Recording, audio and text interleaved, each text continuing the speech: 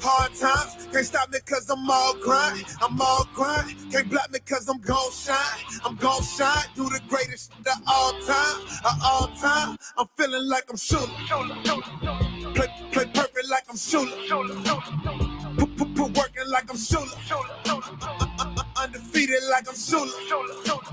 Play perfect like I'm strategize. Stay corporate with a savage side. It ain't about winning, it can't have my time. I got no time, I only focus on the bottom line. I gotta grind. Strategize. Stay corporate with a savage side. It ain't about winning, it can't have my time. I got no time, I only focus on the bottom line. I gotta grind like Shula. Playing for perfection like Shula. Running with the winners, no losers. We are not the same, don't confuse us. We are not the same, don't confuse us. Playing for perfection like Shula. Running with the winners, no losers. We are not the same, don't confuse us. Don't confuse us. Hard times, can't stop me cause I'm all grind, can't block me cause I'm gon' shine, do the greatest shit of all time, I'm feeling like I'm shooting, play perfect like I'm shooting, put working like I'm shooting, undefeated like I'm shooting, play perfect like I'm shooting. Hard times, can't stop me cause I'm all grind, can't block me cause I'm gon' shine, do the greatest shit of all time, I'm feeling like I'm shooting, play perfect like I'm shooting, put working like I'm shooting, undefeated like I'm shooting, play perfect like I'm shooting. Who that? So low.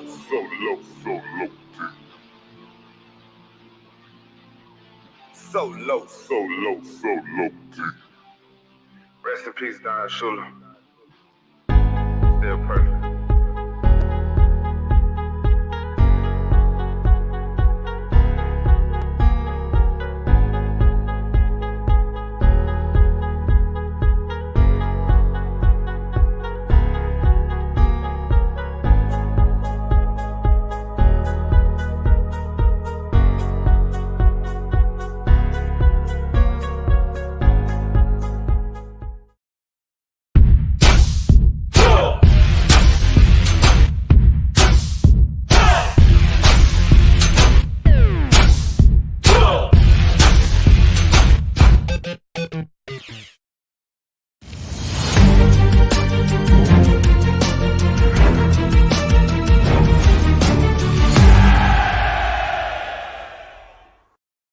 Hey guys, I'm Danny Johnson, CEO at TPP, The Positive Porpoise. I'm Jason Miller from Phins Up SoCal Fan Club. I'm Scott Howell from Atlanta Dolphin Club. Mark Angelo, NorCal Dolphin Club. And you're listening to Clock Blockers, Miami fans' #1 morning show. Run it.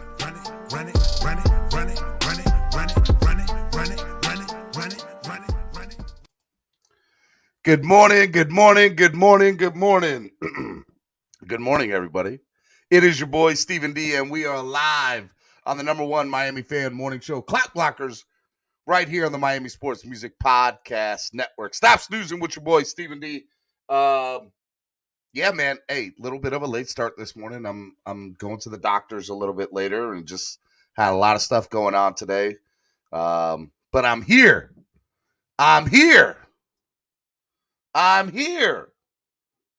Make Miami great again. Hashtag make Miami great again. I'm just saying. What's going on, everybody? How y'all doing this morning? Want to give a big shout out to everybody that is in the chat. I apologize for being late this morning, but I got my 2 cups of tea. I got my cough drops. I got my doctor's appointment ready for later. But we're going to have a show today. We're going to have a really good show today. It's not going to be a long one, but we're going to talk about a lot of different things, and we're going to have a lot of fun. I'm going to wait for the audience to build up.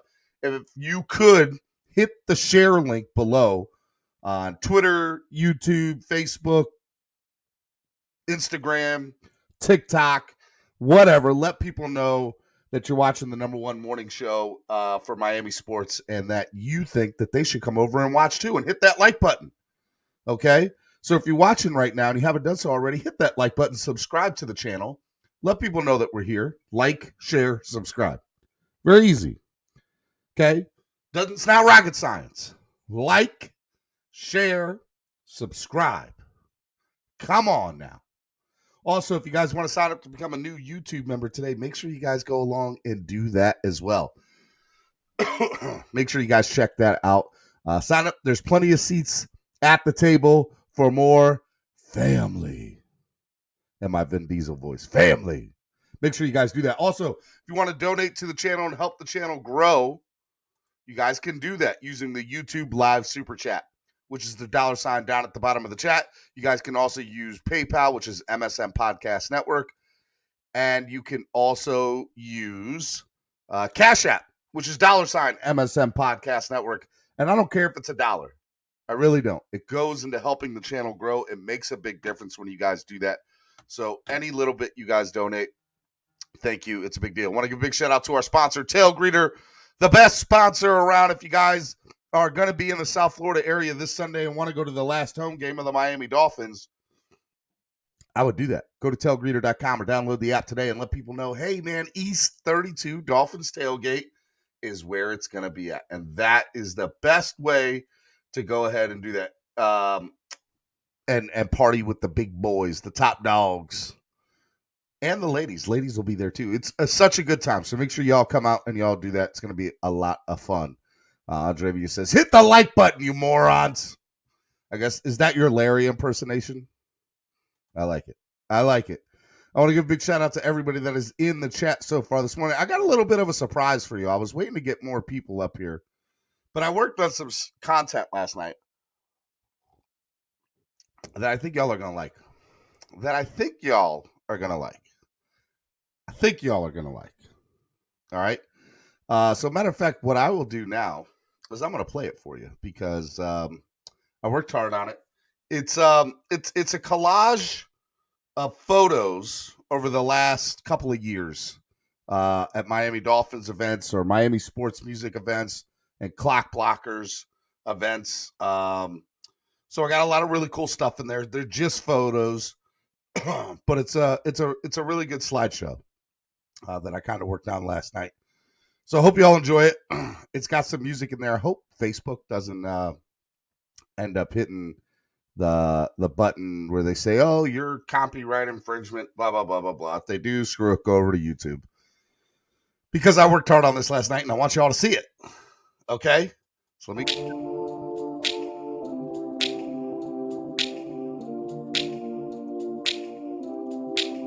Do you remember when we fell in love? I remember, don't worry. Do you remember? I remember how it all began. How could I ever forget? It's the first time. Do you remember? I can feel it. I can feel it. I can feel it coming in the air now. I can feel it. I can feel it. I can feel it. It's coming in the air now.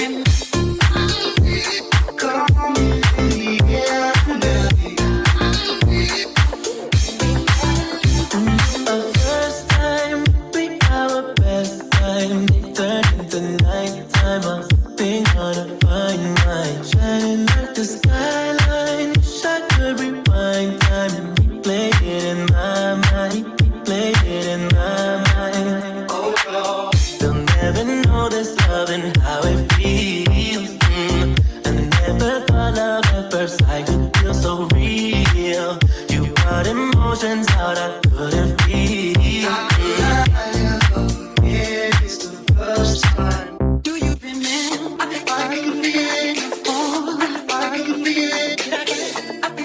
Hit that like button if you like it.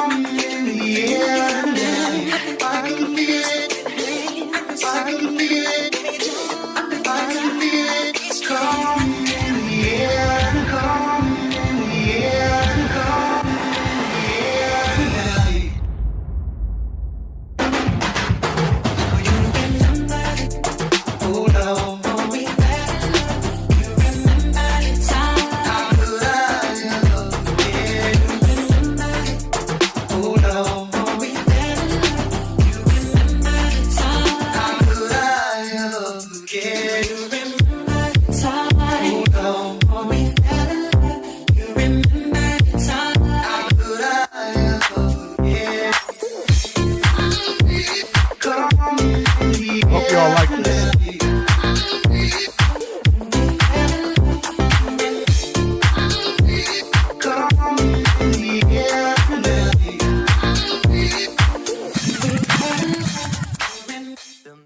All right, Miami Sports Music Podcast Network. It is your boy, Stephen D, on the number one Miami fan morning show, Clock Blockers. I'm your host, Stephen D. I hope y'all enjoyed that. Let me know in the comment section what y'all thought of that. I'm going to play it again a little bit later. If y'all want me to play it a little bit later, say, Stephen, I liked it. I'd like to see it again. It was pretty tough. Yeah, man. I liked it a lot. Ep said, hits good, Stephen. 2 thumbs up. I know. I was up till like 3 a.m., honestly. It's just part of the reason that we're late this morning. It's part of the reason that we're late this morning. Okay? Because I'm out here trying to create bigger and better content and just trying to do passion projects is honestly. Bones says, run it again, coach. Let's go. I do want to give a big shout out to Shake Money for upgrading his package. That's right. He upgraded to DWA loyalty. So just so everybody knows, even if you're already a member, you can upgrade your package. Let's go. Shout out to Shake Money, my guy. Love it, baby. Love it. Gorilla Luke is in the building. Gorilla, did you just see my video? I feel like I should play it again one more time for y'all. Should I play it again? If y'all want me to play it again, hit that like button real quick. There's only 15 likes. If I get to 22 likes, I'll go ahead and play it again real quick. Because there's a lot of stuff I want to talk about this morning. But hit the like button. Hit the like button, you fools. I like it. I like it. So we got a lot of stuff to talk about this morning. As you guys are hitting that like button, I see 16 likes. There we go. 16 likes. I like it. Yeah. You've been running Cuban time since I started watching you. Hey, Shake, my guy. I'm just saying. I'm still not 100% yet. That's why I'm going to the doctor this afternoon. They're going to run some more tests this afternoon, see what's been going on with me. Trucker Sean, shout out to you, Trucker Sean. I appreciate that, man. I like it. That was fire. Here's your fitty for your hard work. You know what? I might have to play it one more time just for that alone, man. I appreciate it, man. Chris, I'm going to get with you, bro. We need to get together. I know. I got to get over whatever this is I have. And a couple of other things that could be coming along with it. So I appreciate it, man. The Phins Tailgate Show. Make sure you guys go check out that amazing podcast. It's awesome. Love that hat, brother. Make Miami great again. I know, right?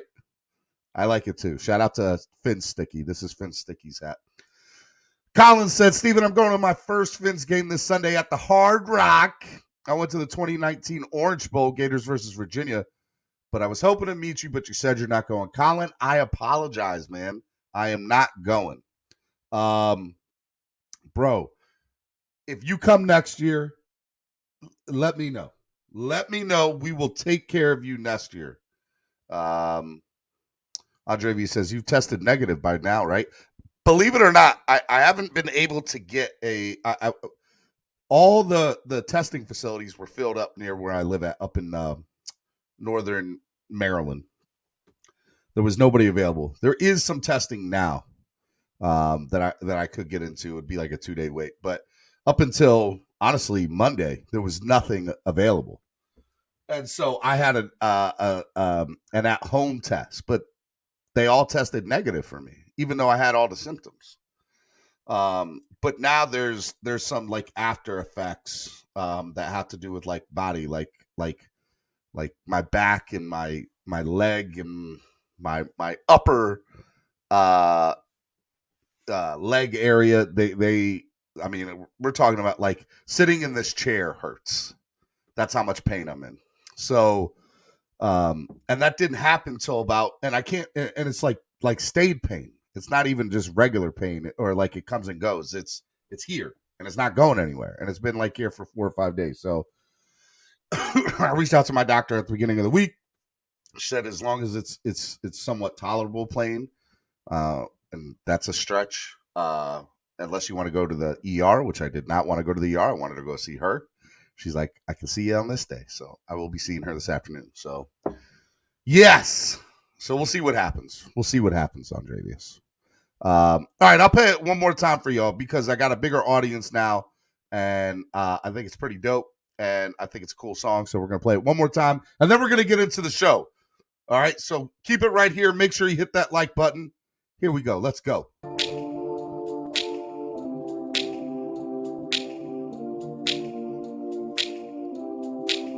Do you remember when we fell in love? I remember, don't worry. Do you remember? I remember how it all began. How could I ever forget? It's the first time. Shout out to Mitch from Calgary. I can feel it. I can feel it. I can feel it coming in the air now. I can feel it. I can feel it. I can feel it coming in the air now. Oh, we fell in love. You remember the time? How could I ever forget? You remember the time? Oh, we fell in love. You remember the time? How could I ever forget? Coming in the air now.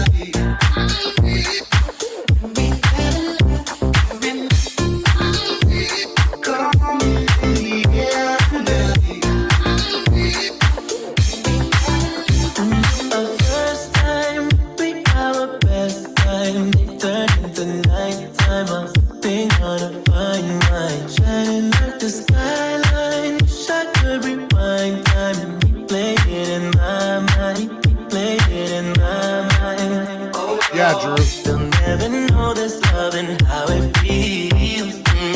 I never thought love at first sight could feel so real. You brought emotions out I couldn't feel. It's the first time. Do you remember? I can feel it. Oh, I can feel it. I can feel it coming in the air now. I can feel it. I can feel it. I can feel it. It's coming in the air, coming in the air, coming in the air. You remember? Oh no, we fell in love.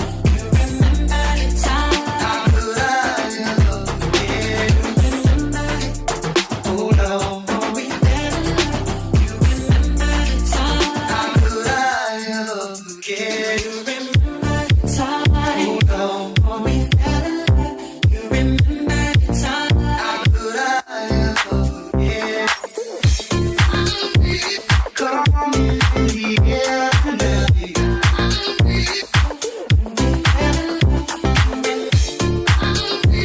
Coming in the air now.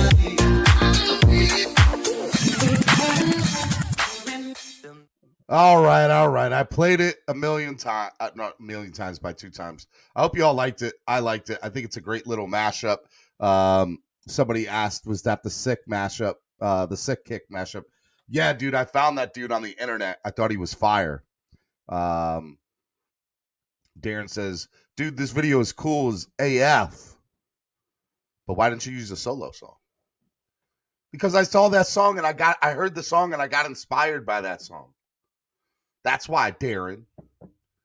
It's in my big truck. It sounds so good. See, I got inspired by it, Darren. And so that's what I was doing. I liked it, Steven. Lots of chicks. See, Estefan, you would say that. Good morning to you, Estefan. All right. Let's get into the show, shall we? Let's actually talk about some sports. Let's get into it. There's a lot of stuff I want to talk about. And then I will open up the chat to you all beautiful people this morning. So, this morning, yesterday, we talked a lot about Antonio Brown. Well, actually, this whole week, we've talked a lot about Antonio Brown. So, it was only fitting. Last night, he came out with a statement of his side of the story. And I thought it was really interesting what he had to say. So I want to be able to obviously read his statement if you haven't heard it already, and then kind of break it down, and then kind of get into just my thoughts of it. If you have your own thoughts, put it in the chat. I'll put it up. I know this isn't Dolphins content, but I think this is just the culture of the NFL. And I think something that needs to be said about it. And I'm going to say it because I'm not afraid to talk about that. All right. So let me get into it real quick. So this is the statement from Antonio Brown. Antonio Brown said, and this is off of Adam Schefter's Twitter, says, first of all, I'd like to express my gratitude to the Bucs fans and my teammates. The Buccaneers helped me return to productive football after I had difficulties that could have ended my career.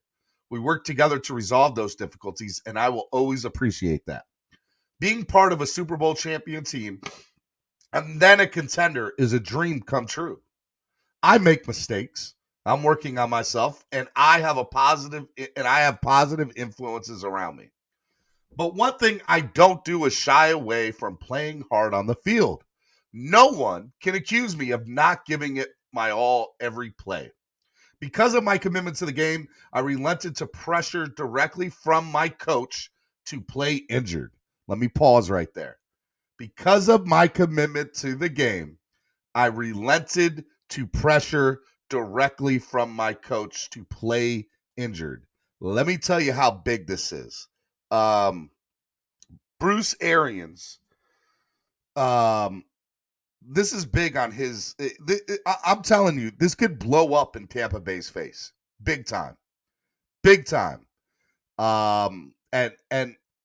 And that's kind of a little bit what I want to talk about today. But for him to just outright Bruce Arians like that in this is kind of unbelievable. And it gets the details get better as we go further. Okay, so let me keep on reading. Despite the pain, I suited up. The staff injected me with what I know now was a powerful and sometimes dangerous painkiller that the NFLPA has warned against using, and gave it my all for the team. I played until it was clear that I could not use my ankle to safely perform my playing responsibilities. On top of that, the pain was extreme. I took a seat on the sidelines, and my coach came up to me very upset and shouted, "What's wrong with you? What's wrong with you?" I told him it's my ankle, but he knew that. It was well documented, and we had discussed it. He then ordered me to get on the field. I said, "Coach, I can't." He didn't call for medical attention. Instead, he shouted at me, "You're done. You're done," while he ran his finger across his throat. Shouted, "You're done," while he ran his finger across his throat. Coach was telling me that if I didn't play hurt, then I was done with the Tampa Bay Buccaneers. I didn't quit. I was cut. I didn't walk away from my brothers. I was thrown out. Being fired on the sidelines for having a painful injury is bad enough. Then came their spin, in quotations. Coach denied on national television that he knew about my ankle. What AB, I'll pause here again. What AB is referring to, Antonio Brown is referring to, is that in the post-game press conference, Bruce Arians was directly asked from the media there, did you know about his injury? Did you know about any ankle injury on Antonio Brown? And I'm paraphrasing his quote, but it was, no, I had no indication whatsoever about an injury with Antonio Brown. Well, Here we go. We're going to keep on going. Coach denied on national television that he knew about my ankle. That's 100% inaccurate. Not only did he know I missed several games with the injury, he and I exchanged texts days before the game where he clearly acknowledged my injury. He obviously knew I was on the injured list, and the GM acknowledged after the game in text messages to my camp that I did tell Coach about my ankle pain on Sunday. I know we are losing to the Jets, and that was frustrating for all of us, but I could not make football plays on that ankle. Yes, I walked off the field, but there's a major difference between launching from the line and taking hits compared to jogging off the field with a rush of emotions going through my mind. I am reflecting on my reaction, but there was a trigger. The trigger was someone telling me that I'm not allowed to feel pain. I acknowledge my past, but my past does not make me a second-class citizen. My past does not forfeit my right to be heard when I am in pain. First they cut me, now they cage me. First they cut me, now they cage me. That's a very, very big statement there. Instead of asking how I felt or getting to the bottom of it, the team texted my camp promoting a totally false narrative that I randomly acted out without any explanation. They even told us in writing, don't spin this any other way. I have stress. I have things I need to work on. But the worst part of this has been the Bucs' repeated effort to portray this as a random outburst. They are telling people that I walked off the field, that I was cut. Then I was cut. No. I was cut first, and then I went home. They threw me out like an animal, and I refused to wear their brand on my body, so I took my jersey off. As part of their ongoing cover-up, they are acting like I wasn't cut and now demanding that I see a doctor of their choice to examine my ankle. By the way, let me pause here. What Antonio Brown is talking about in this is the Tampa Bay Buccaneers have yet to release Antonio Brown as of this morning that I am aware of. I had to take a sip of my tea. They have not released him yet as of this morning. They have not released him yet as of this morning. So which is very odd in this situation, because if you have nothing to hide and you're sick of his antics, you cut him. You get rid of him. There's no ands, ifs, or buts about it, but they have not done that yet, which seems to tell me, and again, this is an assumption and this is a perception in this particular scenario with them, that what do you have to hide, Tampa? What do you have to hide? By the way, this is so much fun talking about somebody else's football team rather than all the craziness that the Dolphins have been through over the last 15 years. And I don't mean to mean that in a negative way from a standpoint of I'm applauding the downfall of somebody's career, this whole situation. I'm just saying it's very interesting that it's somebody else besides the Dolphins that have off the field issues, and that's a little. It feels good, honestly, as a Dolphins fan. It does. All right, let me go back to this. All right, because there's more to this that I think plays a big deal. Okay, into this whole situation. As part of their ongoing cover-up, they're acting like I wasn't cut and now demanding that I see a doctor of their choice to examine my ankle. What they did not know until now is that on Monday morning, I had an urgent MRI on my ankle. It shows, and I quote, broken bone fragments stuck in my ankle, the ligament torn from the bone, and cartilage loss, all which are beyond painful, You can see the bone bulging from the outside, but that must and can be repaired. The MRI has been read by 2 top orthopedic surgeons in New York City, including Dr. Martin O'Malley at the Hospital for Special Surgery, not realizing that I had already scheduled a surgery at HSS. The Bucs ordered, in quotations, me under penalty of discipline and with a few hours' notice to show up to a more junior doctor at HSS for another opinion. What a joke. They're playing like I wasn't cut, giving me a surprise attack order, quotations, to show up to another doctor with no reasonable notice and setting this whole thing up as a basis to cut me because what they did on Sunday was not legitimate. Sorry, GM. I already received a confirming opinion from the top doc at the hospital you ordered me to go to. I love the Bucs fans. I really do. I love my teammates. I love everyone who showed me grace and believed in me. I gave the Bucs everything I had on the field. What the organization is doing now needs to get cleaned up. I do not understand how people publicly claiming to be concerned about my mental health can do these things to me in private. Once my surgery is complete, I'll be back to 100% and looking forward to next season. Business gonna be booming. Woo! Let me just tell you, the whole situation is crazy. Is crazy.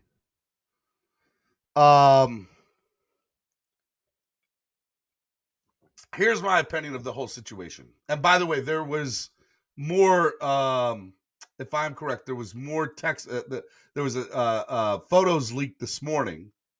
That was from last night, by the way. There was photos leaked this morning of the interaction of Antonio Brown. Let me see if I can find those text messages because I think that's a whole other situation. Yeah, AB released these this morning. His text message from Bruce Arians. Here, let me put it up on the big screen. There we go. He said, "This is BA. Make sure this is on Thursday, December 30th at 5:14 in the afternoon.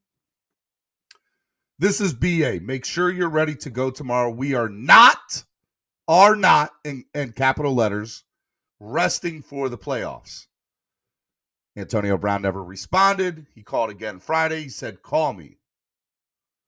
Friday at 2:14, Antonio Brown sends a picture of him getting his ankle worked on with the following message.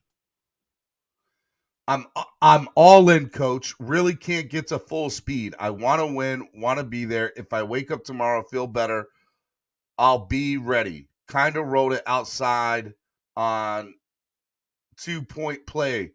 I want what's best for the team. Let me know when you are free. I'll call you.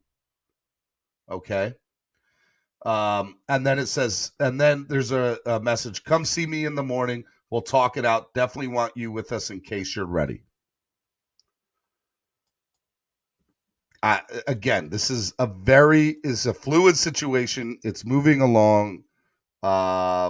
Look, Phins Tailgate says, not for nothing. Got to respect AB's PR team. They got in quick and put the pressure on Tampa and Bruce. Yep, 100%. 123-4F says they shot him up with painkillers. OG, of course, he can walk, but playing football against healthy guys is way different. I agree.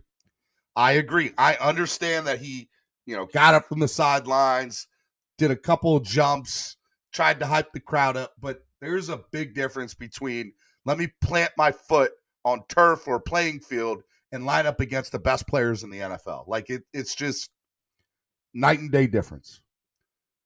My opinion. I think NFL teams have done this way too long. And I also think that Antonio Brown is the perfect scapegoat in this situation for a team to get away with it. The issue is we live in a world now where everything is magnified, everything is recorded, everything is transcribed. So if you say something and you are not 100% right, you're done. You're done.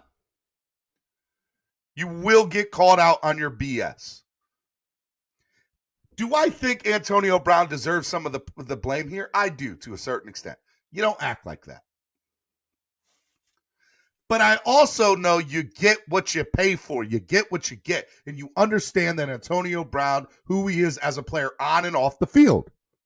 And you had to understand that You back baby into a corner, okay? What's the line? You back baby into a corner. I forget the rest of the line, but you know where I'm talking about. I'm going to say this. I'm siding at the moment with Antonio Brown.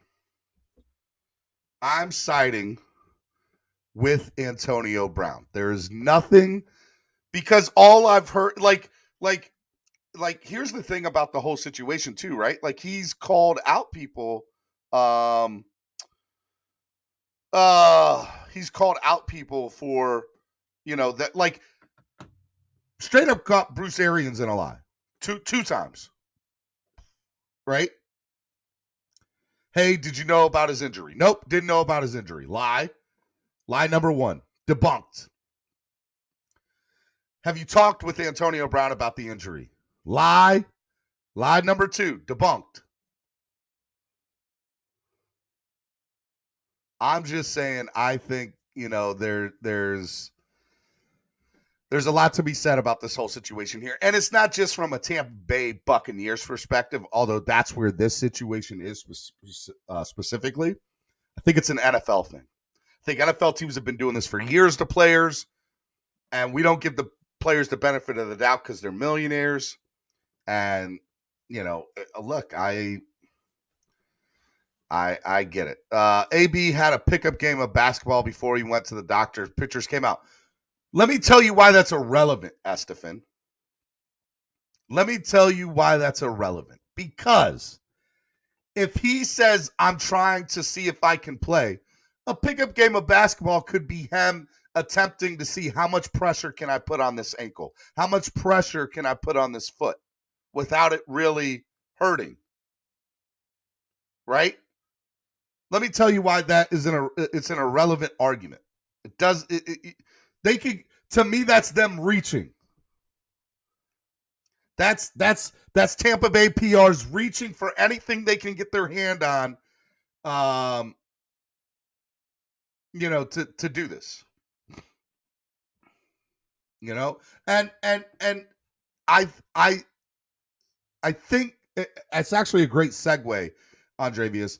AB used fake vaccines. That conversation may be fake. I know you're joking and laughing all at the same time. I think that's part of the issue here. He used fake vaccine cards, got suspended for 3 games or whatever it was. And I think that there's a very big group of contingency of people that if you are anti-vaccine, or if you're pro-vaccine, and anybody who's anti-vaccine, or covers up or is immoral about it in any way, you automatically outcast that person. Don't want that person to succeed in any way, shape, or form. AB screwed up. He lied. I'm not condoning his actions. I get it. Understand. Kristalaka says, bro, he pulled the same crap with Gruden. AB is known to pull stuff like this. Again, he is somebody who, at the end of the day, because of his past actions, people are not going to give him the benefit of the doubt in the situation. I will. Because I've talked to former NFL players. And I've had conversations with them of the bull crap that NFL teams do. NFL teams are a conglomerate. They're so big. They're so big. And if they want to spin any narrative the way that they want to, they're going to. They're going to. As Phins says, Steven, you feel hard for that. You call it what you want. Andrevius, the saying about pro or anti-vaccine. He could have been unvaxxed. He still did the fake vax card. No excuses. He didn't want to follow the rules. This isn't, and Andrevius, that's part of the problem here. You want to condemn him for something that he's already been, convicted. I put that in quotations of in the NFL's eyes. He was suspended for 3 games. That's over. Over. Trey Burton says your word and your nuts is all you got as a man.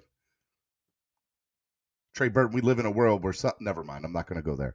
So once that gets skewed, it's hard to believe you. I get it. I understand. I get it. I understand that. After 1,000 offenses, we don't believe you anymore.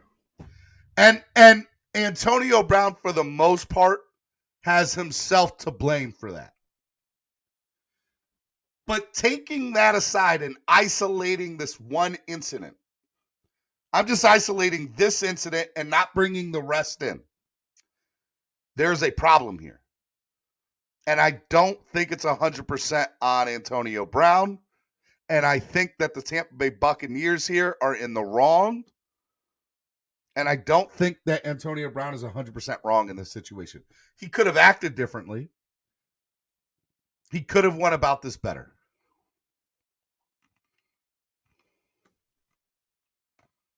I get it. Some of you don't want to believe him. That's fine. You have that right. And he gave you the right to think that because of his past actions. But that doesn't make it fair. That doesn't make it fair. You know? So, look, that's my view on the whole situation. I think it's a very interesting situation. I also think that it's very interesting that the Tampa Bay Bucks have not released him yet. And I can tell you that if they had an opportunity to release him so that he could play one more game, which he'll spin to the arbitrator, because look, this is going to not arbitration, but I'm sure this is going to the courts, and this is going to be more. You guys screwed me out of $1 million. He'll try to get that, all that stuff. It's gonna be an ugly divorce. And now, if he's smart, what he does is he cleans his hands, walks away from it, says, 1, 2, 3, 4 says unlawful termination. That's another thing, too. It is. It sounds like it's an unlawful termination. All they need is one person to corroborate AB's story on the sidelines. One. They just need one person to corroborate AB's story on the sidelines. And you eventually have, granted, it's not a he said, she said, right? But it's about what you can prove. And so far, Antonio Brown has come up with the best stuff to prove. Alexander Rene Diaz says this is going to lead into a huge investigation. And if this is true, oh boy, the fallout from this will be epic and leave a huge black eye on the NFL. I don't think it'll leave a huge black eye on the NFL because based on other things that have happened in the NFL, and NFL seems to still have no problems with their viewership every Sunday, I'm not going to stop watching. There's a lot of stuff they need to change. I love football. It gets me out of my world, gets me out of the real world. I hate politics. I would rather argue about how much the Jets and Patriots and Bills suck all day. More about Republican and Democrats and, pro and anti this and that. Screw all that. I hate talking about 90% of all that, 95% of all that. But I do love sports. But I also think, from just being a person, right? I think that this is a very legitimate sports conversation because I think this shows how much power professional franchises have over their players. And the hope is that at the minimum, AB uncovers some ugly truth about what teams are able to do to try to get their own narrative spun in their direction, which I'm sure happens more often than not. That's what I think. That's what I think. And so it kind of brings me to my next point. So one of the other things I wanted to segue into was the MVP talk. MVP is voted on by the writers that cover the sports teams and the NFL. And the irony that John Gruden and AB are now on the same side. I know, right, Christolakis? So for those of you who don't know, Aaron Rodgers obviously is a very controversial figure in sports because of what he says off the field, and his viewpoints on a lot of different things. I am I have to admit I'm a big Aaron Rodgers fans. I was not that until I started watching his interviews on the Pat McAfee show. Because it just goes to show how media perpetuates and portrays certain people in the media. It is a known fact that Aaron Rodgers obviously did not take the vaccine. He was immunized. I put that in quotation marks, but he did not take the vaccine. And so it is also something that he says he is an anti-vaxxer. If you listen to his interviews, and this isn't about pro-vaccine or anti-vaccine, that's not what this conversation is. But I do want to clarify for Aaron Rodgers' situation that he will be the first to tell you, I'm not anti-vax. I just chose not to take it for me, and I chose to do other routes. I personally, because of being a professional athlete and getting professional doctors involved with his health, and he's proven that, okay? He's shown proof that he's done that. I have no problems with Aaron Rodgers. He, again, just like AB to a certain extent, bended the truth. I was immunized. I'm not going to give him the pass on that. He knew what he meant by that. I give you that. But if you listen to everything else and you listen to the conversations that he has on the Pat McAfee podcast, shout out to Pat McAfee, big Pat McAfee fan. He is somebody who says if that's what's best for you, by all means do it. He will not be the person to tell you do not take the vaccine. So I say all that to say this. In the media in Chicago, Hub Akrush, never heard of this guy, don't know who he is from Adam and Eve, said that he won't vote for Aaron Rodgers for MVP because he thinks he's a bum. Or I forget exactly what he said. Aaron Rodgers said he was a bum, and here is, let me bring this in. Here we go. Let me stop screen share. Let me bring this in because I think this is a very interesting take to have. This is part of an interview that was done yesterday about his response to the Chicago beat writer. After what you said last week about what it would mean to win your fourth MVP, what do you think of one of the 50 voters coming out and saying yesterday, quote, I don't think you can be the biggest jerk in the league and punish your team and your organization and your fan base the way he did and be the MVP. I think he's a bad guy, and I don't think a bad guy can be the MVP at the same time. I think he's a bum. I think he's an absolute bum. I love it. He doesn't know me. I don't know who he is. No one knew who he was probably until yesterday's comments. But I mean, and I listened to the comments, but to say he had his mind made up in the summertime, in the off season, that, you know, I had zero chance of winning MVP, in my opinion, should exclude, you know, future votes. You know, his problem isn't with me being a bad guy or the biggest jerk in the league. He didn't know me. He didn't know me. He doesn't know anything about me. I mean, I've never met him. I've never had lunch with him. I've never had an interview with him. His problem is I'm not vaccinated.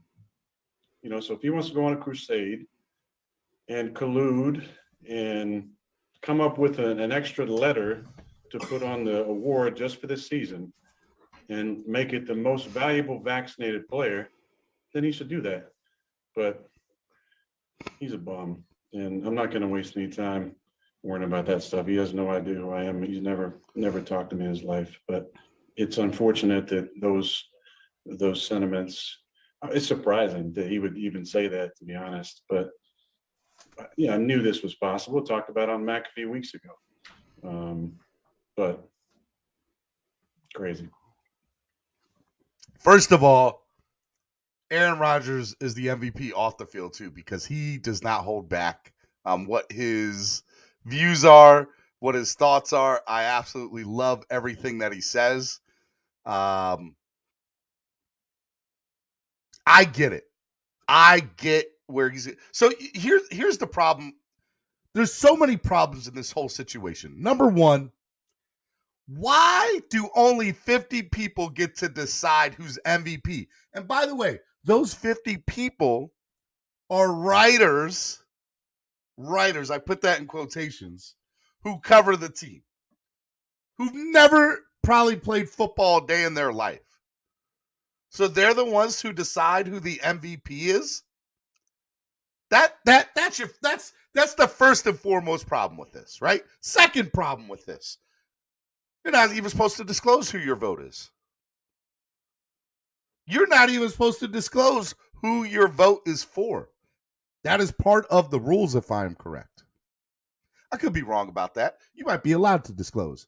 But it's one of those unwritten rules that you don't say who you voted for in this particular situation. Right? Right. Number 3 problem with this situation. He personally attacked Aaron Rodgers, calling him a jerk, quote unquote, a bad guy. I'm not going to root for a bad guy. What makes Aaron Rodgers a bad guy? Because he doesn't have the same philosophy about one particular situation that you have, or because he beats the team that you cover up every time you guys play? I can't stand Tom Brady. I can't stand the man. He beat us up for 20 plus years. Can't stand Bill Belichick. I even go as far to say that they cheat. But I will also say that Bill Belichick's the smartest head coach.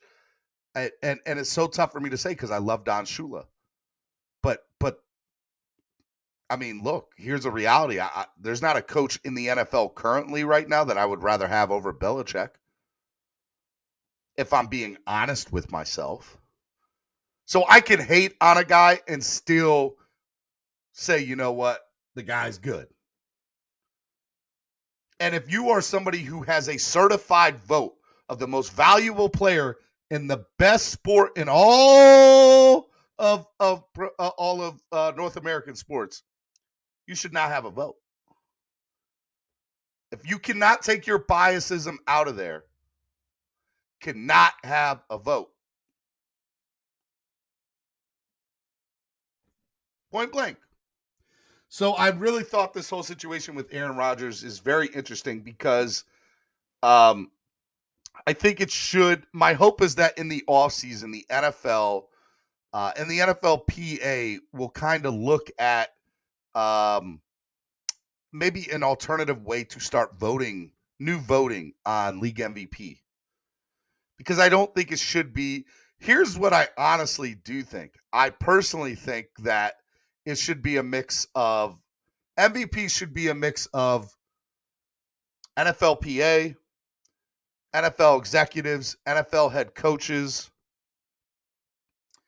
If you have a player who is on your coaching staff or who's on your team, that should exclude you from voting for your own person. There's just a million things that they need to do. So I think it's very interesting on how they do the whole MVP voting. And I personally support this Aaron Rodgers in this particular situation. And I also think this Hub Akrush, whoever this is, this Chicago writer, person who covers the team, needs a big reality check. And I hope that he's getting one because, bro, you can't do what you did, in my opinion. So, all right. Those were 2 things I wanted to talk about this morning. I wanted to be able to talk about both those things.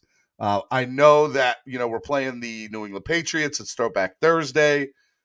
We try to talk usually about, all-time games versus the Patriots. But I want to give you guys the rest of the time to talk. So what I'm going to do right now is I'm going to open up the line for y'all to come in. So let me bring y'all in. There we go. The link is in the chat, so come on up.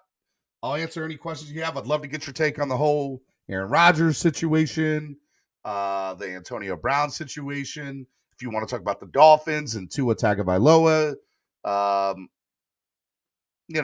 whatever. When Phins Tilgate says, way to have a side, Steven. What do you mean by that?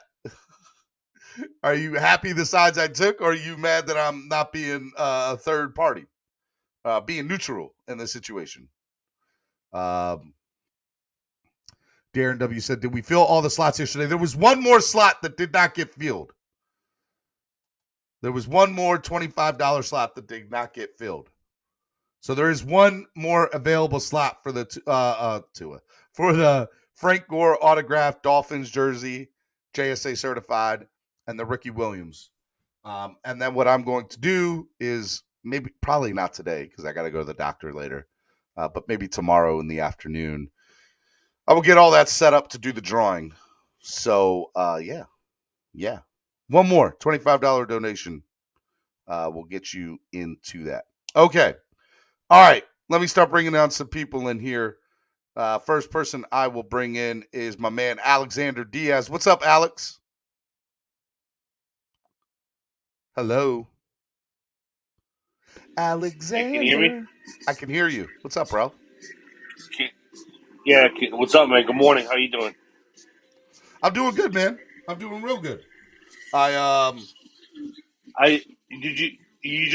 just sent you a look at the cash app. All righty. Look at you, Alexander. Alexander doing big things this morning.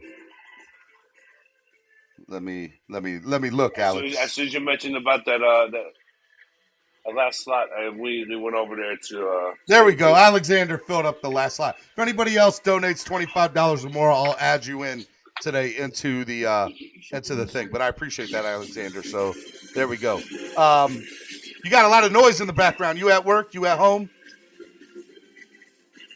My son watching YouTube videos, watching some things I don't even know about.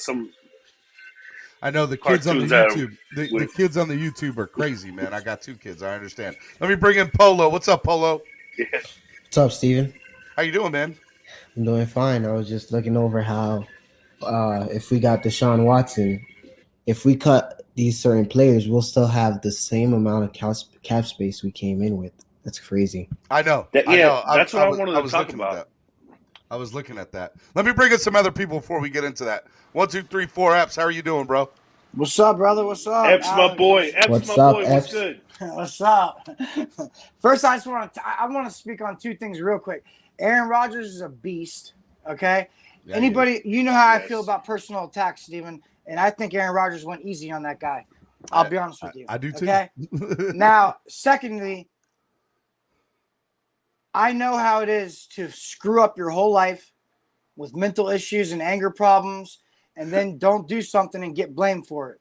So I kind of know where Antonio Brown's coming from, man. And Antonio Brown's story, he's crazy and he's done a lot of stuff, but that doesn't mean that you just cannot not believe him. Yeah. It sounds legit, man.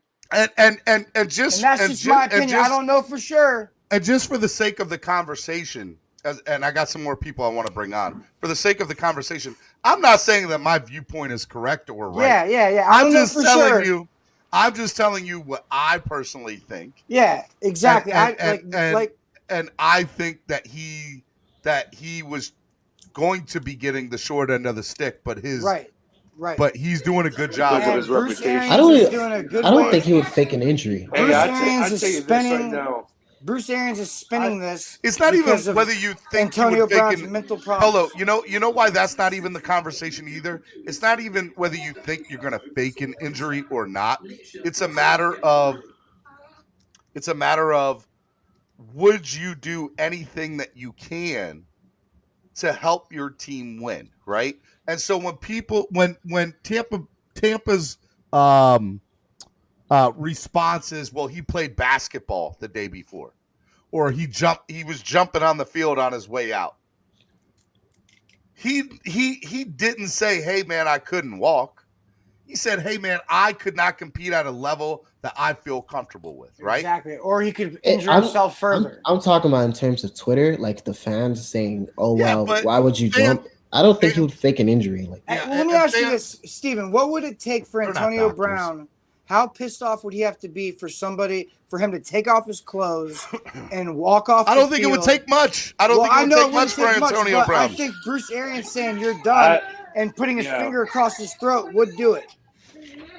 Here's the thing. I'm a Bruce Arians fan. I've always been a Bruce Arians fan. I'm not. From the very beginning. And he was nothing without Tom Brady. This with the situation that's going on could easily damage Tampa, the whole organization, and his reputation as a coach. In my opinion, that if this comes out to be true, like Steven said, he got caught twice in lies. I agree. FPKG, come back on. All right, let me bring on some other people that are in the back room. People, Andrevius, hello, sir. What's up? Andrevius, what's good? What's going on, Alexander? I'm drinking my tea this morning, Andrevius. I got some water boiling right now, so I can make some and join you. I got some coffee brewing. So, what, Andrevius? Any thoughts on anything talked about so far this morning? I was actually away from the video for like 10 minutes just now. I'm assuming y'all talking about Antonio Brown still. I mean, we talk about Antonio Brown, Aaron Rodgers. The whole situation with that. I don't know if you're familiar. If not, go back and rewind. Wait, what Aaron Rodgers doing? What he got going on? See, you need to go back and rewind, watch the last 10 minutes, and come back. I'm not going to re-explain it for you. Oh, okay. Oh, wait, then I'm gonna be another 10 minutes behind if I do that. You are correct, but you know what? I'm bringing people on. I'm bringing people on. So give me a minute. Let me bring these people on. Okay, all right. Let me bring on Estefan. Spurs suck. What's up, Steven? What's up, Estefan?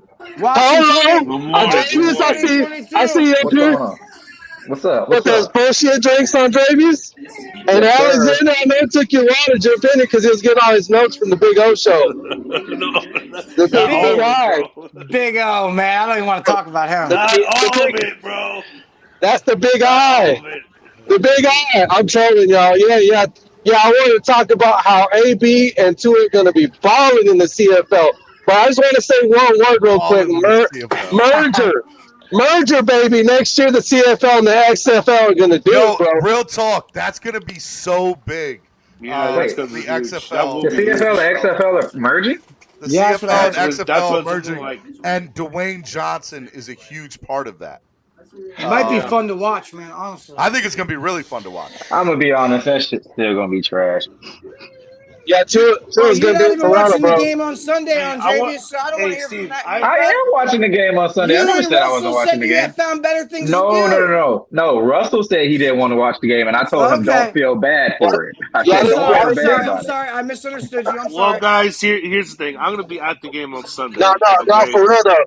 Did y'all hear about Dono mentioned yesterday on his show that Tua was talking about going to a cold place. He said where he can learn. He said he was going to come up here. He said he was going to come up here to Maryland, where I'm at. Maybe y'all can meet up, Steven, at the Starbucks. No, bro. What it was he knows he's going to the CFL, bro, and he's going to try to come back after about a few seasons in the CFL. I can't even take you seriously right now with all your trolling. Pete, what's up, Pete? My boy. Peter, pumpkin eater. Hey, appreciate Shake Money. Appreciate that. Alexander is lowercase. Just kidding. Nothing but love.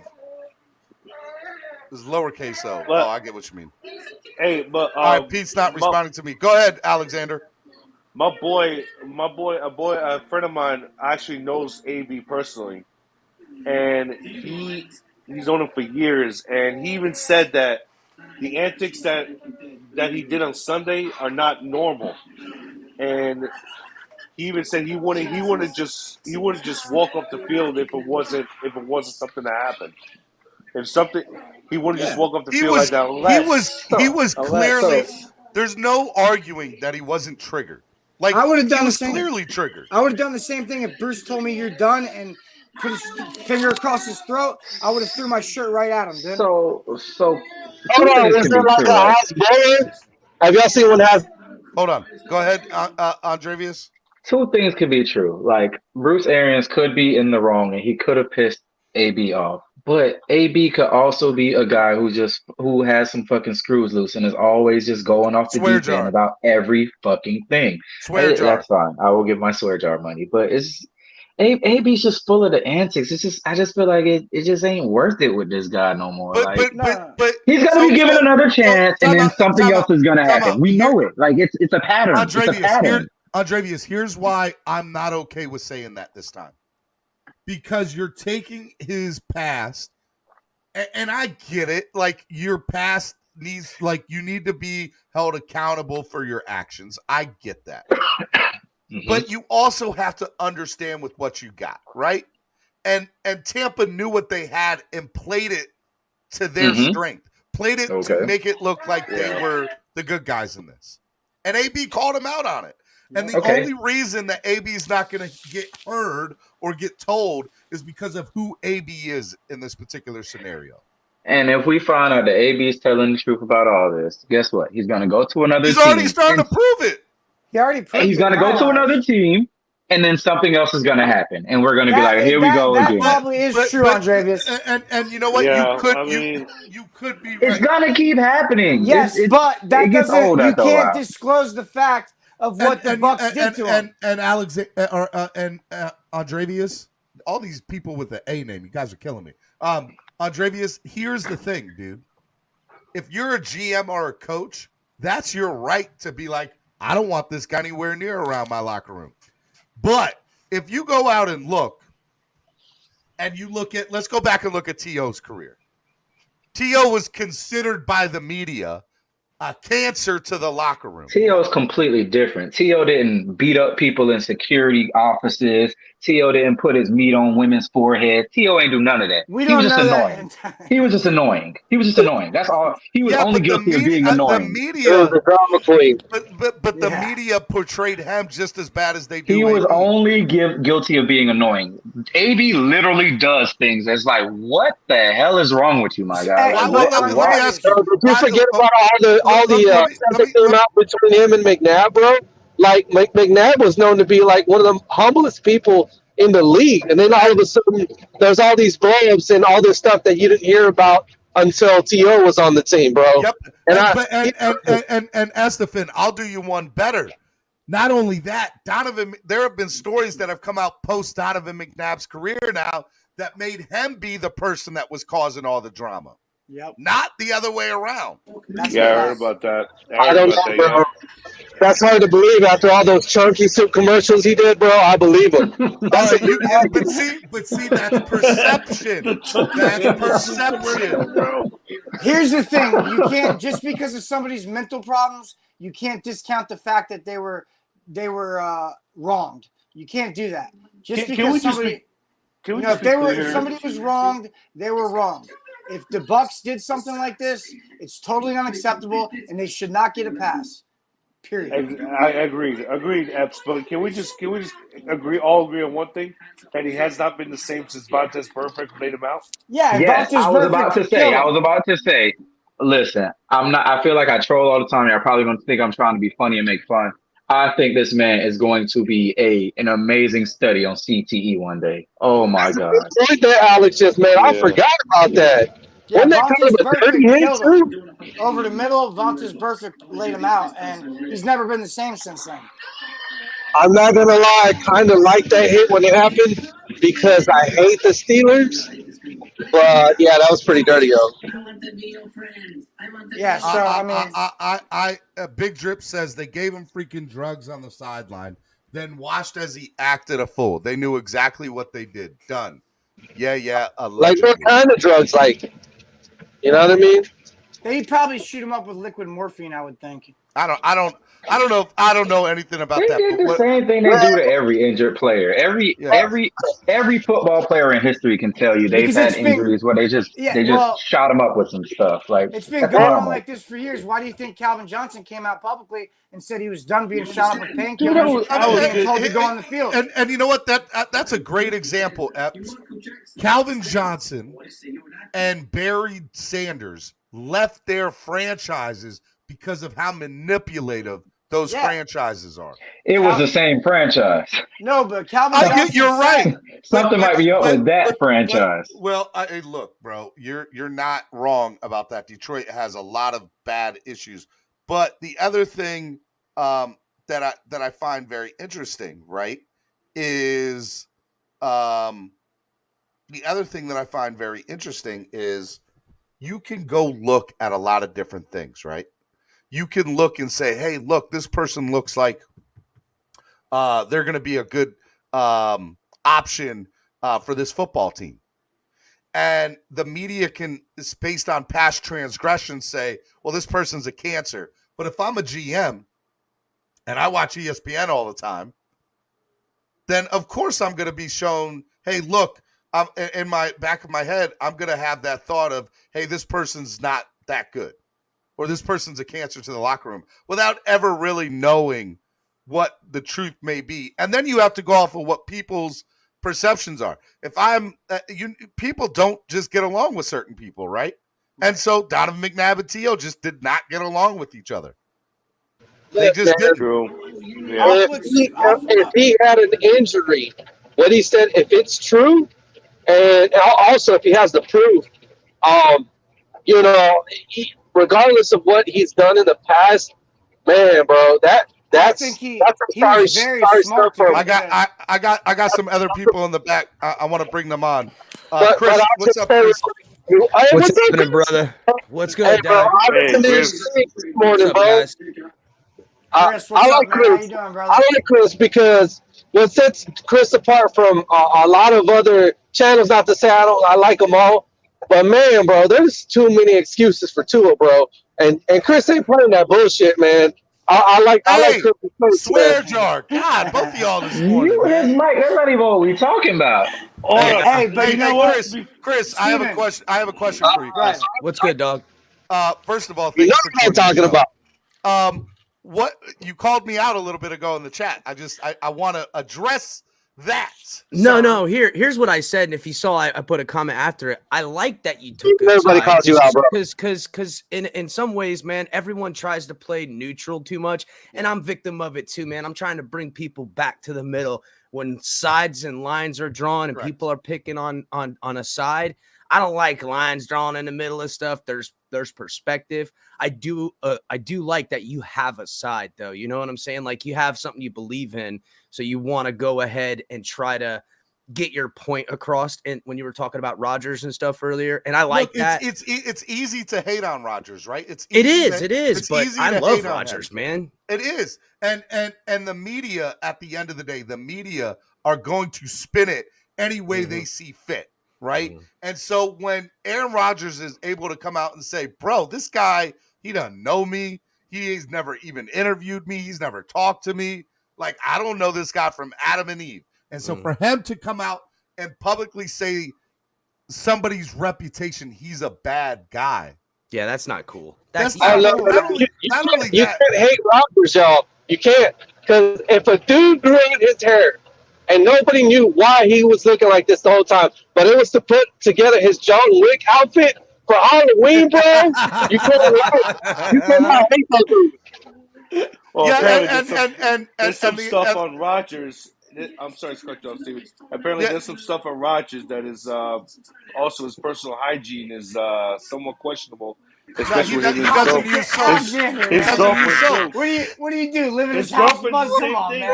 Are you watching him brush his teeth? He missed brushing his teeth. I don't care. I want Aaron Rodgers' cheesy feet in our locker room, bro. All right. So Chris, let me kind of touch on a little bit more of what you said about different platforms straddling the line. In the locker room. I think you bring up a very good point, because I had this conversation actually with Cameron from East 32 Dolphins Tailgate, who co-hosts with me from time to time, big part of the Miami sports music.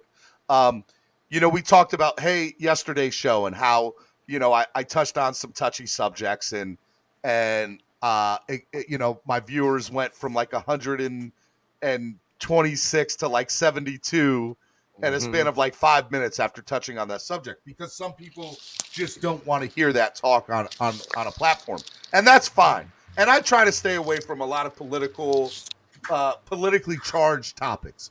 But what I will say is that, and Cameron said it, not even me, sports is a microcosm of society in itself. It really is, brother. People get their hearts are attached to this stuff. Yeah. And the reason that I love sports is because it allows me the opportunity to complain or talk or argue with somebody about something that has absolutely no merit on if I'm going to succeed in life or not, right? That's exactly right, brother. It has no merit in any way, shape, or Amen, form Steven. on my day-to-day outcomes. Now, Your numbers up because you were talking about the bullshit Miami Heat, bro.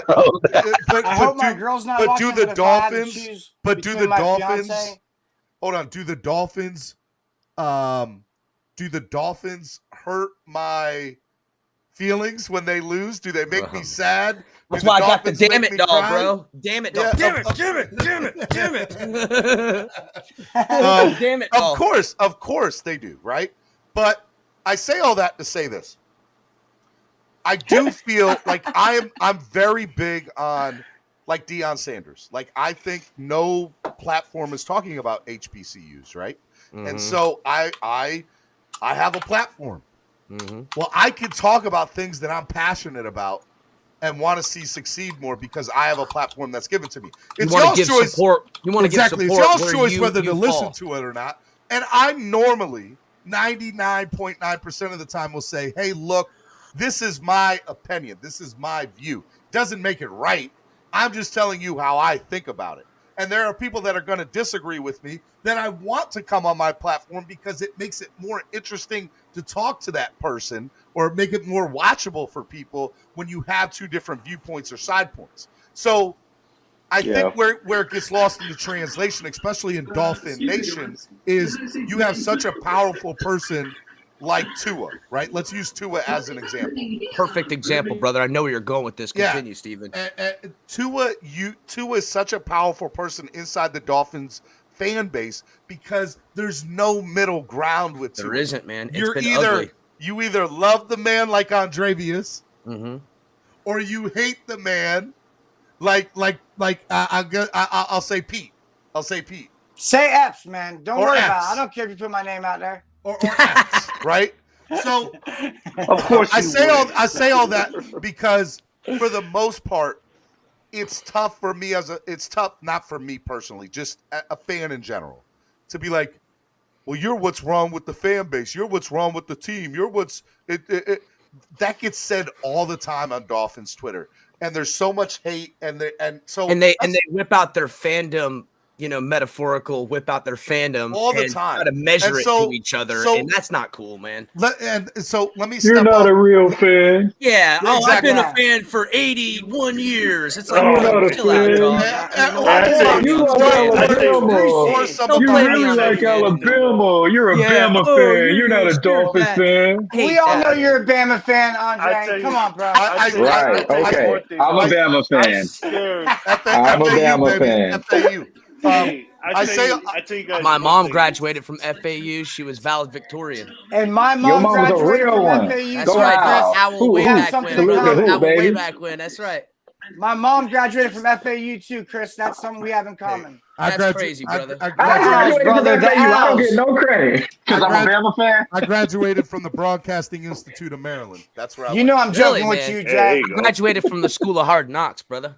What's Yep. good? Hard I knocks. graduated from Hey, the hey, streets, brother. hey, Real quick, Steven, let me Steven. just finish my statement real quick. Yeah, let's hear it, Steven. The final thing I want to say to it is I go back to the conversations about Aaron Rodgers. I go back to the conversations about Antonio Brown. It's easy. I am personally, I have no problem saying this. I am fully vaccinated. But I don't hate Aaron Rodgers. As a matter of fact, I love his take on what he does. I'm not going to crucify Aaron Rodgers because I don't think that he's wrong. He made the best decision for him. Right? Right. And That's right. and I also feel did he manipulate the media and what he said? Of course he did. I don't condone that. And That's now smart. it's- But Listen, that doesn't being mean smart. But that, you but, can't get but mad at that someone for doesn't being mean I smart. have to hate the man either. The reason right? he did that is because of this whole situation, Stephen. The MVP votes and everything that he's getting back. And there That's was why and, he and, lied. And Pat McAfee and him go into detail on, again, I will shout out everybody's platform, and I love Pat McAfee's platform. Love and it, dude. It's a good show. It is such a great show. Very and entertaining. if you look at the interaction between him and Aaron goes into detail of, I consulted multiple medical professionals. I consulted team physicians. I consulted what was wrong with me personally and stuff that he has wrong with him from, just a medical standpoint. And he made a decision that was best for him. Because of that decision and because of how politically charged that decision is in our society, right? It was something that people could not wrap their heads around. So when somebody out of 50 people who have a vote, which, by the way, the whole voting situation of the MVP screwed up. No, that needs to be done. Yeah, Something it needs to be changed. If anything we need to bitch about, it's that, bro. It's that needs to and change, the Pro bro. Bowl too, Chris. It's too And much the Pro- power. And Pro Bowl, I agree. Too much power in the hands of people. And the Baseball Hall of Fame. Don't even get me started on that, Andre. Bro, they got The Baseball Hall of Fame is some bullshit. Baseball Hall of Fame is a joke. It's a joke, man. It's literally a joke. Do not get me started on that. All right, yeah, Do not. continue, Steven. Let's not get off topic. So I say all that to say that I want when a topic comes up like the Aaron Rodgers MVP voting or the Antonio Brown situation, and I go ahead and I defend Antonio Brown or I defend Aaron Rodgers, there are people that it's easy to go say, like Andrevius, and I totally disagree with them, to say, look, his past actions don't allow me to dictate for me to believe. It's the boy who cried wolf, right? Yep. And I get that. But me being the person that I am, and a lot of people know my history, I'm going to give everybody the benefit of the doubt on their second, third, fourth, fifth, sixth, seventh, eighth, ninth chance, because that's just the person I am. And you know grow, what? Dog. That has screwed me in the past and also been a benefit for me in the past. I think it's helped my fan base and what I have who watch every morning. And I think it also hurts my fan base. Why when I talk about it sometimes, it Especially goes from when you 120 talk about people vaccines and to stuff 70 too, brother. people, right? It's exactly. And so, Well, Steve, you're also very humble too. You're humble and you're a good man. That's why.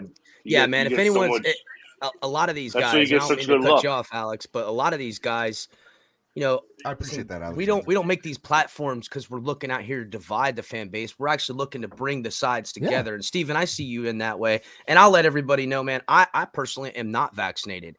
And honestly, in some ways, I'm running the other direction. It's my choice. Exactly. It's your choice. I got sick before COVID became a thing, and I don't ever get sick. And I was down and out and had all those types of symptoms like in December before it even became announced. And I slept for like 4 days straight.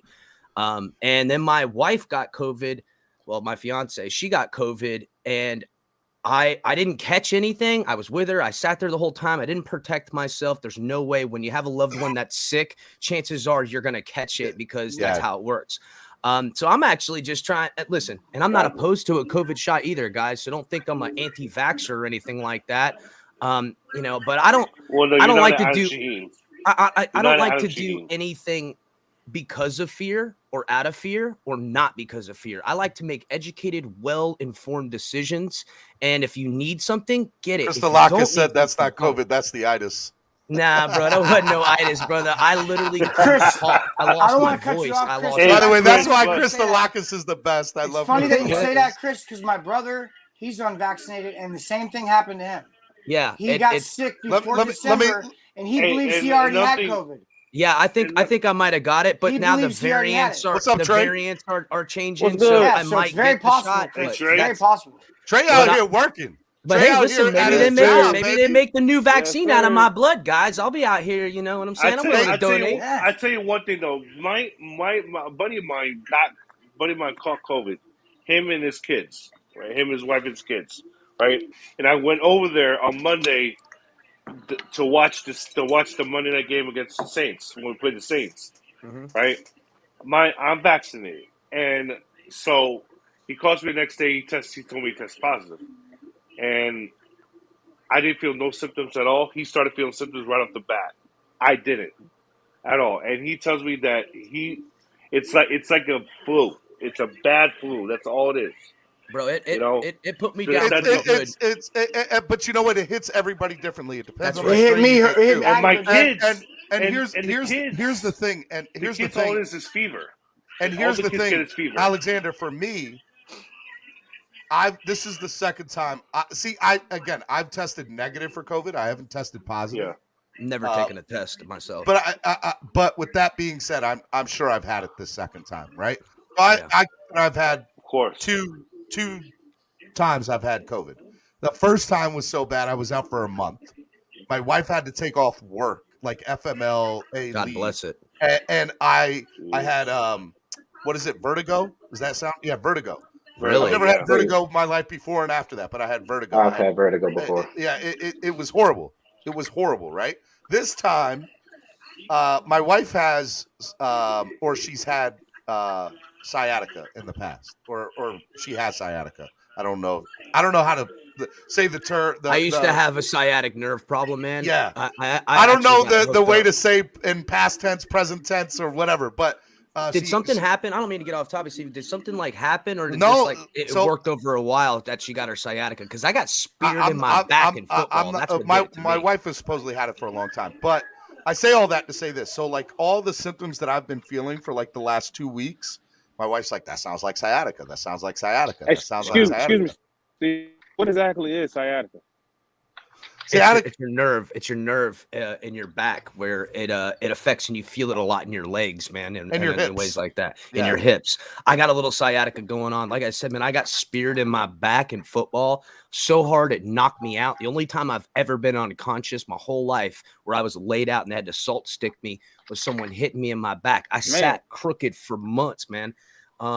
I wish I could say that I've only been knocked out once, but I have not. I've been knocked out Listen, I did multiple times. boxing for 3 years. I did wrestling for 3 years. I did football for 10 plus years. I've had never been knocked out. I've cold had other than 11. that. I've had 11 concussions on. I don't know how many concussions I've I've had. had- I'm talking about being real- out cold, dog. That's different. Cold, laid out, not Hey, moving. That's different than concussed. Real quick, y'all. When y'all are talking about the sciatic nerve, that's in your. I believe it's somewhere in your lower back around your spine area, right? So Michael Black, I've had your sciatic nerve I've is the had- base of your spine and above your tailbone. Right. So I was gonna say, so I go to no, real talk. I go to massage therapist. I go to chiropractors, and I have asked them about Deshaun. Something special, do you, Easter? I got the ends on Deshaun. I asked about him already over here in Texas, bro. He's gonna be all right. Got a whole group. Look- You got a whole group. That's the Fin. That's the Fin. That's the promo code. All you got to do is go in and say Watson to get a deal. Hashtag Watson. No, I was gonna say, so like sometimes getting an adjustment through a chiropractor helps with that. Because if you go to a massage therapist, what they'll do is they'll massage certain, like, muscles and stuff and tissue that builds up in the wrong areas that triggers your sciatic nerve. You have to get an adjustment from a chiropractor. Then you need to get that massaged out for it to be effective, is what because I have those kind of issues too. And I wanted to say, I also dealt with COVID, and I think where I got caught slipping was I wasn't drinking enough beer, because the alcohol kills the Rona. It like keeps it away, bro. Honestly, I'm being serious, bro. I was like, what did I do different? And I wasn't drinking beer, bro. I went like As the Fin said, Corona kills Corona. No, it doesn't. The Rona kills Corona. Listen, I don't know. You drink that 151. No. Good luck surviving, bro. Oh, I missed out on a few days. I missed out on a few days of drinking beer, bro. That's what happened. That's still reserve. Don't lie. Yeah. No, Andrea's drinking that bullshit. Don't lie, Andreas. I'm kidding, bro. I'm kidding. Corona hits kids a different way than it hits us. Listen. It's a way different way than it hits us, the kids. This Rona. I avoided the Corona for like full 2 years. I was around people with Corona, never tested positive. That Omicron is different, boy. It caught me. Yeah, so Let me bring it that back. That Omarion don't play. That Omarion don't play. Hey, let me bring it back a That little. boy will So, pickpocket you and take your shoes. I say all that. I say all that to say this, right? So I'm going to the doctor today because this Omarion. See, you got me saying Omarion Kelly. virus. Omarion Kelly. variant. So it's giving me side effects that I like. I am like in the worst pain ever. But I say all that, not for me personally. I say all that because to go back to the original point of straddling the fence. I don't know how we got all off topic here, but to go back to that point, man, it always does that. I know it does, right? Flip floppers, baby. Flip floppers, home of the #1 Miami fan morning show. Hey, bro, you hear things slapping coming down the road, bro. You're like, that's Steven, bro. Flip flopping. Flip flopping all day. I tell people all the time, like it's when you do a show every day, it's so tough to not put your personal opinions into it, right? Like, what am I going to talk about for 2 to 3 to 4 hours every You're gonna single slip day? up, dog. Man, all you I'll gotta give do you- is bring us to it, bro. It's impossible. It all comes out. And It here's- starts with so a T and ends with an A. Here's the That's other right. thing, right? I'm not going to sit here and lie to you. It bothers me there's only 67 people watching right now. There should be 500 people watching.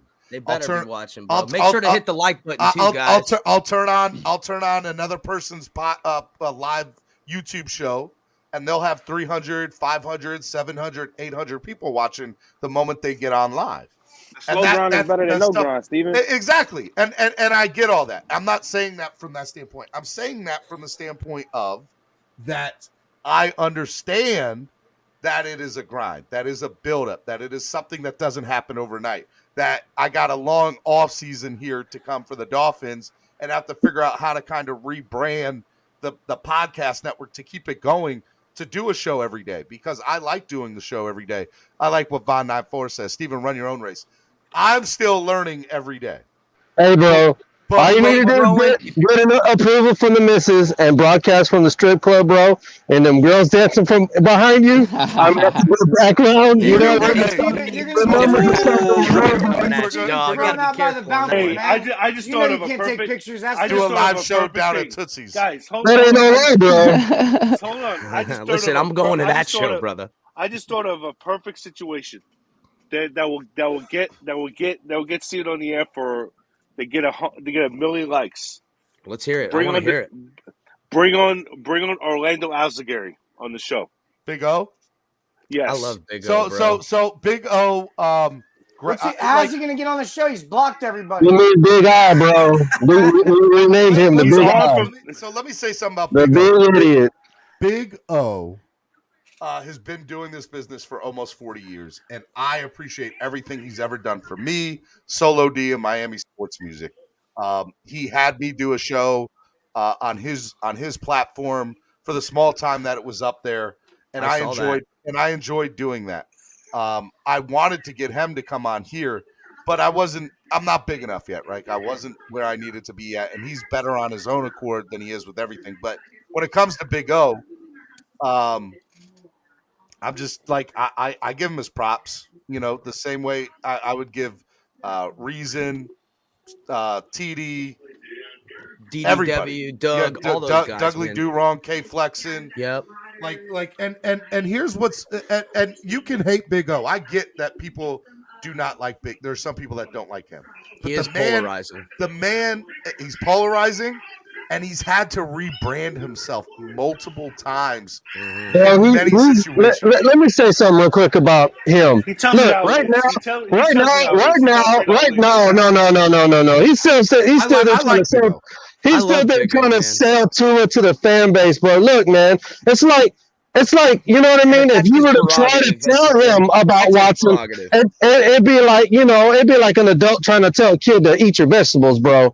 Like you still sold on Tua, man. Well, You know what I mean? Just to give So is Big O a Andreas. little bit of Gang. I don't know. Yeah, whatever. Gang. My old lady's Cuban, and so I know, and I've grew up in South Florida, and not to say Cuban people are this way because that's not what I mean, but I think that has something to do a little bit with his heritage and stuff because he's got a mean bark and a mean bite as well. But it all comes from love for him, man, and he's one of those people that is quick to say he's sorry because I'm that way. I'm that way. Shout out to He's Big way O. different off Shout air. out to He's Big way- O, guys. he's shout out He's to done Big O. so much. You don't have to different like off him, but I air. think that's part of it, right? And the same Yeah. thing, like He's different off air. He's a different person when he's That's off the right, air. man. And it's good to have different it is. personalities. And since we're on the subject of polarizing figures that cover South Florida, Omar Kelly's another person, right? Like Exactly. Omar, Good point, bro. and I do not agree with most of the stuff that comes out of his mouth. I don't. Mm-hmm. But that doesn't mean I don't appreciate the contribution he's had. He has or what he does. well-educated guesses, Yeah, man. Or well, I don't know if they're opinions. well educated either. But Sometimes. I like Omar. I like Omar from the standpoint of what he puts into the work. Now, here's the reason I started MSM Podcast Network. I started it because I think the idea of covering certain teams in South Florida in general have been done wrong for years. The way they went about it is wrong for years. When I listen to a sports show, I want to feel that I can connect with this person on a personal level, right? Let's go through what does it take to have a successful brand in general. Part of it is, can I connect with this person on a personal level? Can I relate to this person? If I'm listening to this person, does it sound like fake? Does it sound fake, or does it sound like I'm at the bar chilling with my boys and a guy comes, right? That's right. Like, to me, Pat McAfee, actually, I'll even go to Dan Patrick. Dan Patrick redefined sports radio with his show. And then Pat McAfee's done the same thing with his platform too. Mm-hmm. I think that we need to look like sports broadcasting is just different. The Manning thing on ESPN, the Manning cast. Yeah. There's no way that would have been. There's no way that would have been done 10 years ago. 5 years ago. Yeah. No, you're right, man. It wouldn't. It just wouldn't happen. And I think the reason that you see the Manning cast is because of platforms like TD Phins Talk and Finside the NFL and Dougly Do Wrong. Because that's facts. ESPN can't deny that YouTubers, regular fans, creators, man, we creating, brother. We have created a platform that rivals the brand recognition of ESPN. Don't let the vampire in the door, guys. I might only have 65 people that watch me right now. But the reality is, I and I'm not bragging. I'm not. But people have said this. I would watch you, Steven, 10 out of 10 times over ESPN. Oh, bro, ESPN is all scripted. You know these guys that are chomping out. They don't know nothing. They're just pro faces. That's what most of them are. And I'm not saying that for kudos or anything. I'm just saying that I created an outlook or a platform that allows me the opportunity to connect with fans on a personal level. Steven, I'd rather watch you than Peyton Manning breaking down Tua any day. Oh my God! Spotlight. See, I love that's a diehard. Your channel is brother. awesome. That's a diehard. I like Spotlight. That's good, brother. That's good. Did y'all see Kurt Warner's all-time Hey, but this is what hold on. I gotta spin what this. Steven was saying about being educated and about these platforms, and about learning, guys. Because this, as someone that's new to the creating world and stuff like that, and I'm still learning things over here at the Phins tailgate. I got friends and stuff, and we're all trying. It's a first of all, if you're not learning and growing, you're dying, guys. If you're not trying to just grow yourself and your passions in some way, you're doing yourself a disservice, because what I've learned as getting on here, especially on YouTube, which is so great, is that the possibilities for entertainment are limitless, guys. Boundless. They're endless. boundless, man. With the people, with the opinions, with what you want to do. Man, I got so many crazy bits planned, guys. These recordings. Wait till you see as things come around. And Steven, I know you too, man. This is something that we grow into and our passions come out.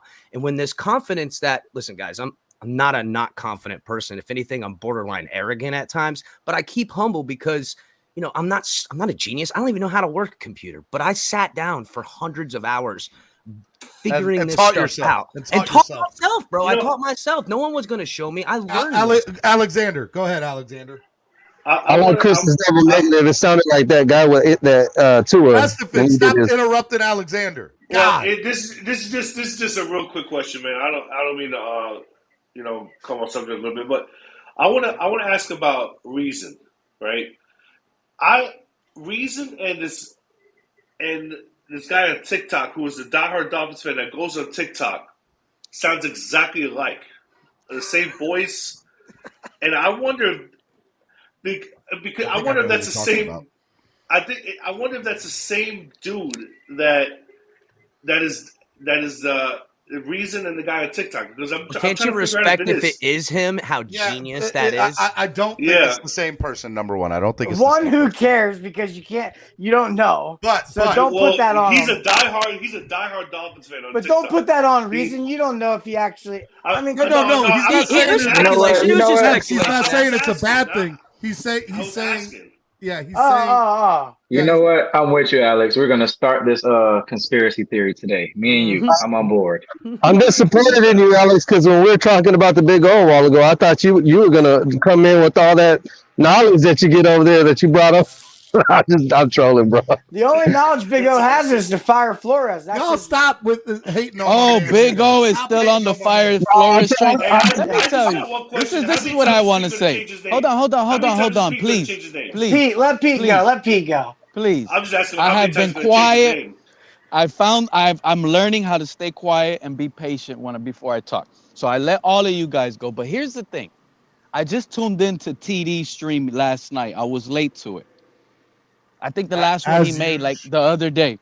And in the beginning of his show, shout out to TD, by the way. This is no diss to TD, by the way. Just pay attention. And he said he has a list, like a hit list. Did y'all catch it? Do y'all know what I'm talking about? Anybody here? I missed his show, man. I know exactly what you're talking I about. don't have a lot of nighttime time. It was for the fans. It was for the Florida haters, too. I wish TD was here because he kind of got me. Because I thought TD was going somewhere where I needed him to go. I needed him to take that one a little further. And I honestly feel he retracted a little bit, but I hope he can come back with it powerful like that. Because look, honestly, he is 100% right when TD said other people went on to make their own platforms. I seen that because they didn't believe in TD and his opinions on our team. So he said a whole bunch of people went on, and some of those people, honestly, I started catching on to were Tua excusers. I got blocked from several of them for trying to tell them, bro, you're making yourself look silly doing this. Tua is not the guy.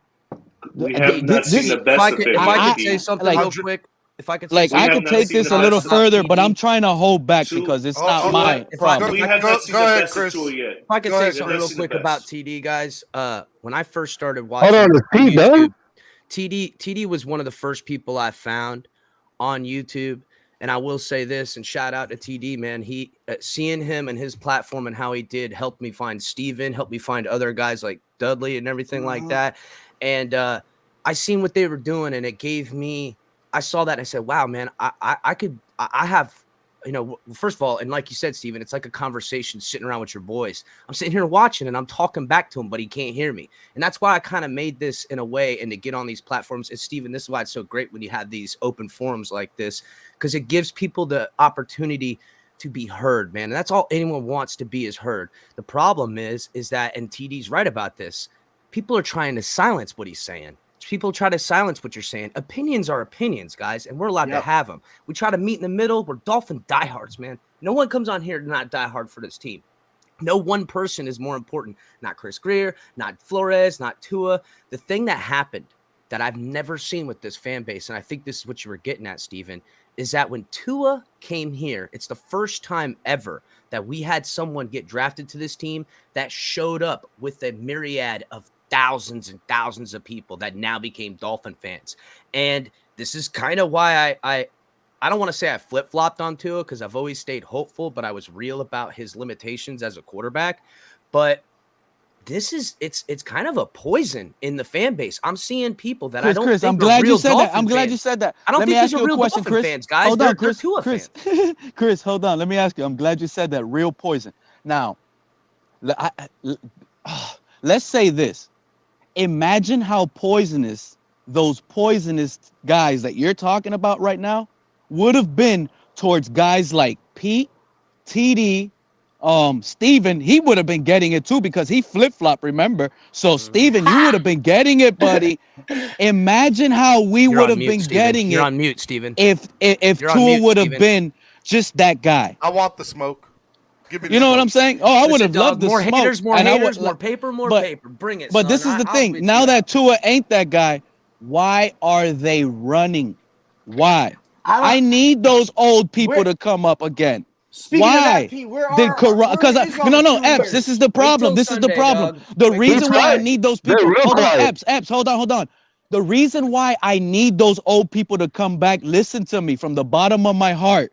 I'm afraid that COVID took them. So we need to know if they're still out there in the real world. At least show up one more time with Pete here on the screen. Listen. Please, I will be guys, hop nice. in The here. We just only need to 2 know in if here they're that stuck alive. around was Andre. Wait, Russell Pete, even said he's not watching the game because he's done watching Tua. That's what 2 in ears do. Okay? Epps. 2 in ears I don't only think care Russell. about. I don't think Russell's a 2 in here. Well, he's not watching the I don't game think on he is Sunday, either. so I don't know. Maybe he's sick of watching Tua fail. Let me. I'm going to defend Russell. Oh, here. yeah, okay. And I know I'm going to get flack for it, not because of who Russell is, but because of why am I defending? We have a bet. That's why I'm just wondering where Russell's been. I'm defending Russ on this because I truly think that some of the fan base, I would actually say a good portion, not a majority, but a good portion of the fan base are exhausted. They are exhausted and they've been tricked, hoodwinked, bamboozled, led astray a million times with this franchise.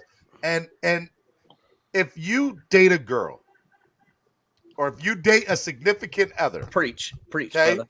I know where and you're that going. significant other cheats on you or teases you or doesn't respect you, Disrespect you. Yeah, disrespect you. Time and time Just and like time we're again. doing Tua. And hold You're on. in love, though, And Epps. You're in exactly, love, you're brother. in love. You're Be real about it. infatuated When with you're in them. love, you're in love. No, I To do get that. stupid Yeah, 'cause stuff. I was in love with her. I am in love. Never mind. But it's a constant struggle because it's an abusive relationship.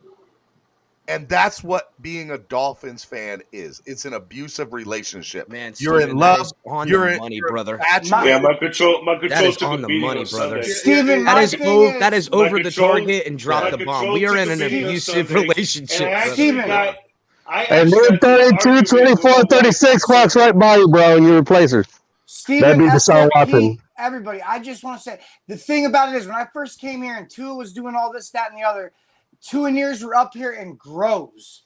Now I can't even find them, man. That's my what I'm point. talking about. Tua has a I'm bad game. concerned. Tua has a bad game. They don't show up till You're Friday. slipping in my DMs telling me I'm an The idiot. president is still here, guys. Yeah, Don't panic. You're the only one that didn't run, Andreas. I'll give you that. The president's still here, baby. Even with Andrevius, No. even with Andrevius, why is it though that Tua fans should come up here and defend Tua? Tua hasn't played good this last game, right? Even It's not about defending Tua. It is though because or let me explain it. Let me break it down for you. Andrevius, just yes or no questions. Did Tua play good the last game? No. All right. Do you condone his not playing well in a big situation? Yeah. The answer is no. You Oh, don't condone no, I don't. I knew what you meant. I knew what you heard the meant. question. You don't condone it. It's a big Andrevius mistake. is You not gotta the step up. president. He lost the You're race. holding him accountable. Listen, You're holding listen. He's holding exactly, Chris. He's holding him accountable, and Andrevius still believes in Tua. He still thinks he's the future here. He still thinks he has a high ceiling. No, I think he's still going to be a starting quarterback. I just don't think it'll be in Miami. Yeah, I don't. Andre, I don't think it'll be in Miami. That's kind of what I was going to say too. Here's the thing, Steven. Here's the thing. I still think the Dolphins can win with Tua. I think they can. Okay, he hasn't played well the last 2 weeks. Don't get me wrong, Okay, but I still think he has a future. The future is bright for him. You put weapons around him. You give him the flexibility and the talent that he needs. The talent that he needs. You can win with him. You can win with him. Like put you for example, Joe Burrow. Alexander, Joe here's Burrow. the predicament we find ourselves in. Hold on. Let Alexander go. Let I'm Alexander sorry, go. go ahead, I brother. apologize, man. I'm going to let you know this. Joe Burrow, T. Higgins, Tyler Jackson, Boyd, leading and the Jamar witness. Chase. Okay? All those guys have over 90 catches or damn near close to 1,000 yards. Okay? Well, y'all owe somebody the Devontae, swear jar today. Yeah. Devontae Parker, Jalen Waddle, and the number 2 receiver is Matt Collins. Okay? Those guys have a combined only of 100 and something catches. Yeah, but and who's are barely hitting now you're devaluing what they are, though, too, man. Can I respond to this, Steven, after he's done, please? Joe Burrow's that dude. That's why they have those numbers. We got wide receivers that don't have numbers like that because Tua can't get him the ball. Tua hasn't elevated this year. Here's the deal, guys, and I'll just be quick on it because I never. By the way, I disagree with that, Chris. I think Tua has elevated this. He year. has at times, man. But No, here's bro. the problem, brother. Here's the problem.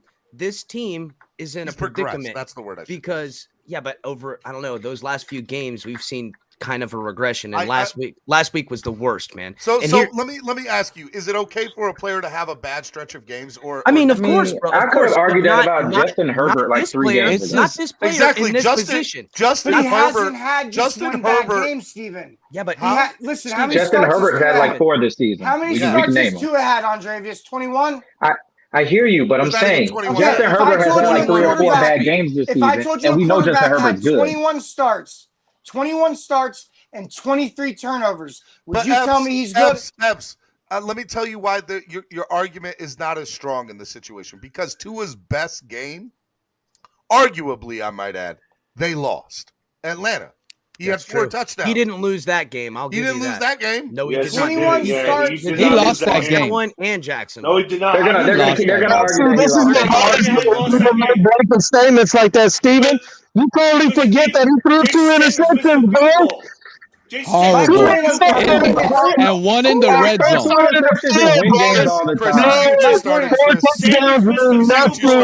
Hold on, guys. Let me finish. Andrevius. All the defense made plays in this game, bro. Can't even have a conversation. That's what the team that comes out of Steven, bro. When you make statements like that, bro. Guys. Hey, y'all can't talk at the same time. Here's my point. Here's my point in Missed the starting field this goal in that fire, game, guys. and we should have won that game.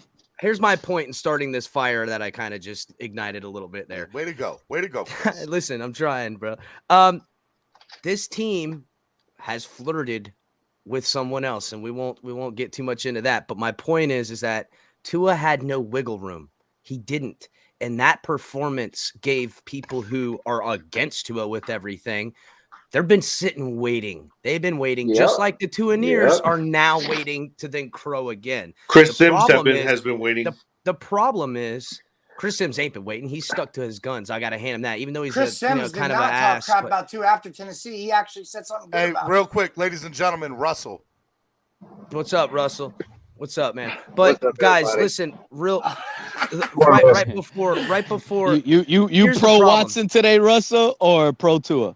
Which one? My bad, Chris. Definitely not pro Watson. Okay, guys, listen, it's real easy. It's real easy. I actually There's have a 3 question. quarterbacks that Go ahead, are top of the league type of quarterbacks: Russell Wilson, Aaron Rodgers, and Deshaun Watson.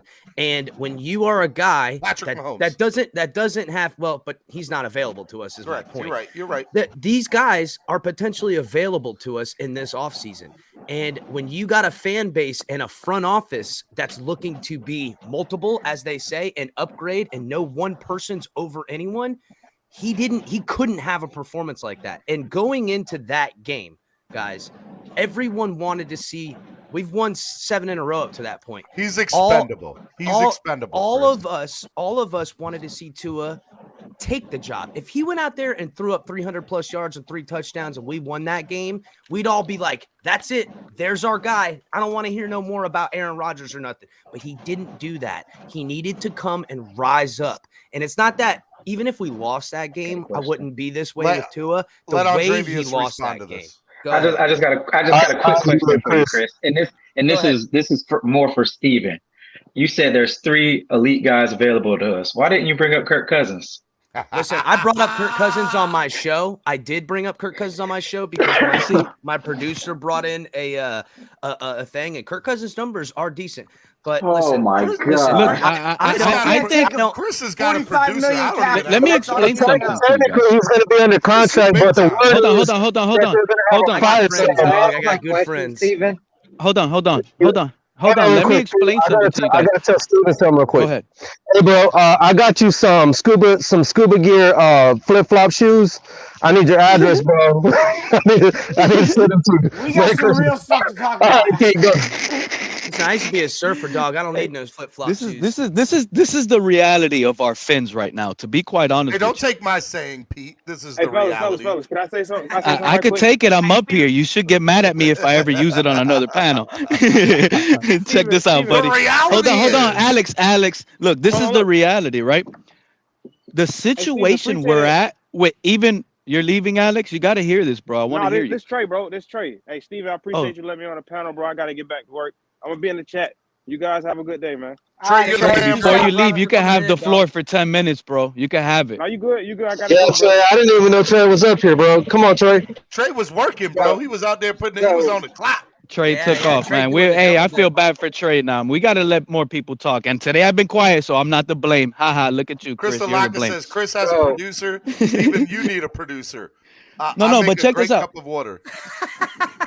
We heading into next year, it shouldn't even be like we are desperate for elite play at quarterback. This team can win with average at quarterback. We've been doing it, so we're not desperate to have that we don't want to put elite that kind of quarterback ceiling on us, man. We want elite everywhere, brother. No, we want Watson, obviously, but it is not needed for this team right now with what we have going forward. We've shown we can win, and that's the issue.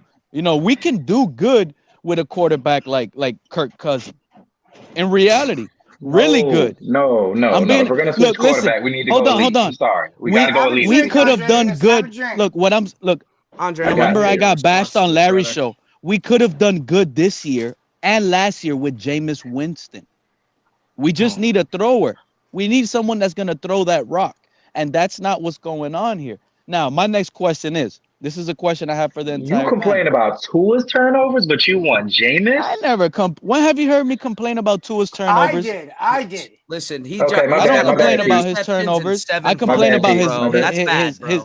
I want him to throw picks downfield. I never complain about his interceptions. You don't hear me that. Hey, Pete, I don't mean to interrupt, but I've only got a few minutes. I really want to ask. No, hold on. Okay, go ahead, Russell. It's all yours, baby. I'm at work, brother. I'm sorry. Go ahead, Russell. Let's hear it, brother. But okay, so I'm not a fan of Big O, but I don't know if any of you guys watched his EDJ Construction podcast with Omar Kelly. No. And Russell, you're breaking up. Yeah, man, get it in. I wanted to hear it, man. He left us on a cliffhanger. Dang. Russell, put it in next week to find out what Russell really said. But this is the thing I wanted to say real quick, because let's say we do trade for Watson, fellas. That's going to take a lot of capital. I know we're number 1 in capital, right? But I want to take it back to, if we trade for Watson and give up a lot, we're going to need a player. Do you guys think like Antonio Brown next year? I don't want Antonio Brown. I know what you mean, but no, I don't want Antonio Brown. Wait. We're not going to be able to sign if we get Watson. Forget Devontae Adams. Listen, do you think Antonio Brown and Flo will be able to coexist?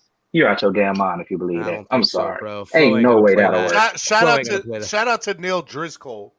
If the Dolphins restructured Byron Jones and cut the following people: Devontae Parker, Jesse Davis, Allen Hurns, Ethan Carter, Clayton Fedulum. Clayton Fedulum's still on the team?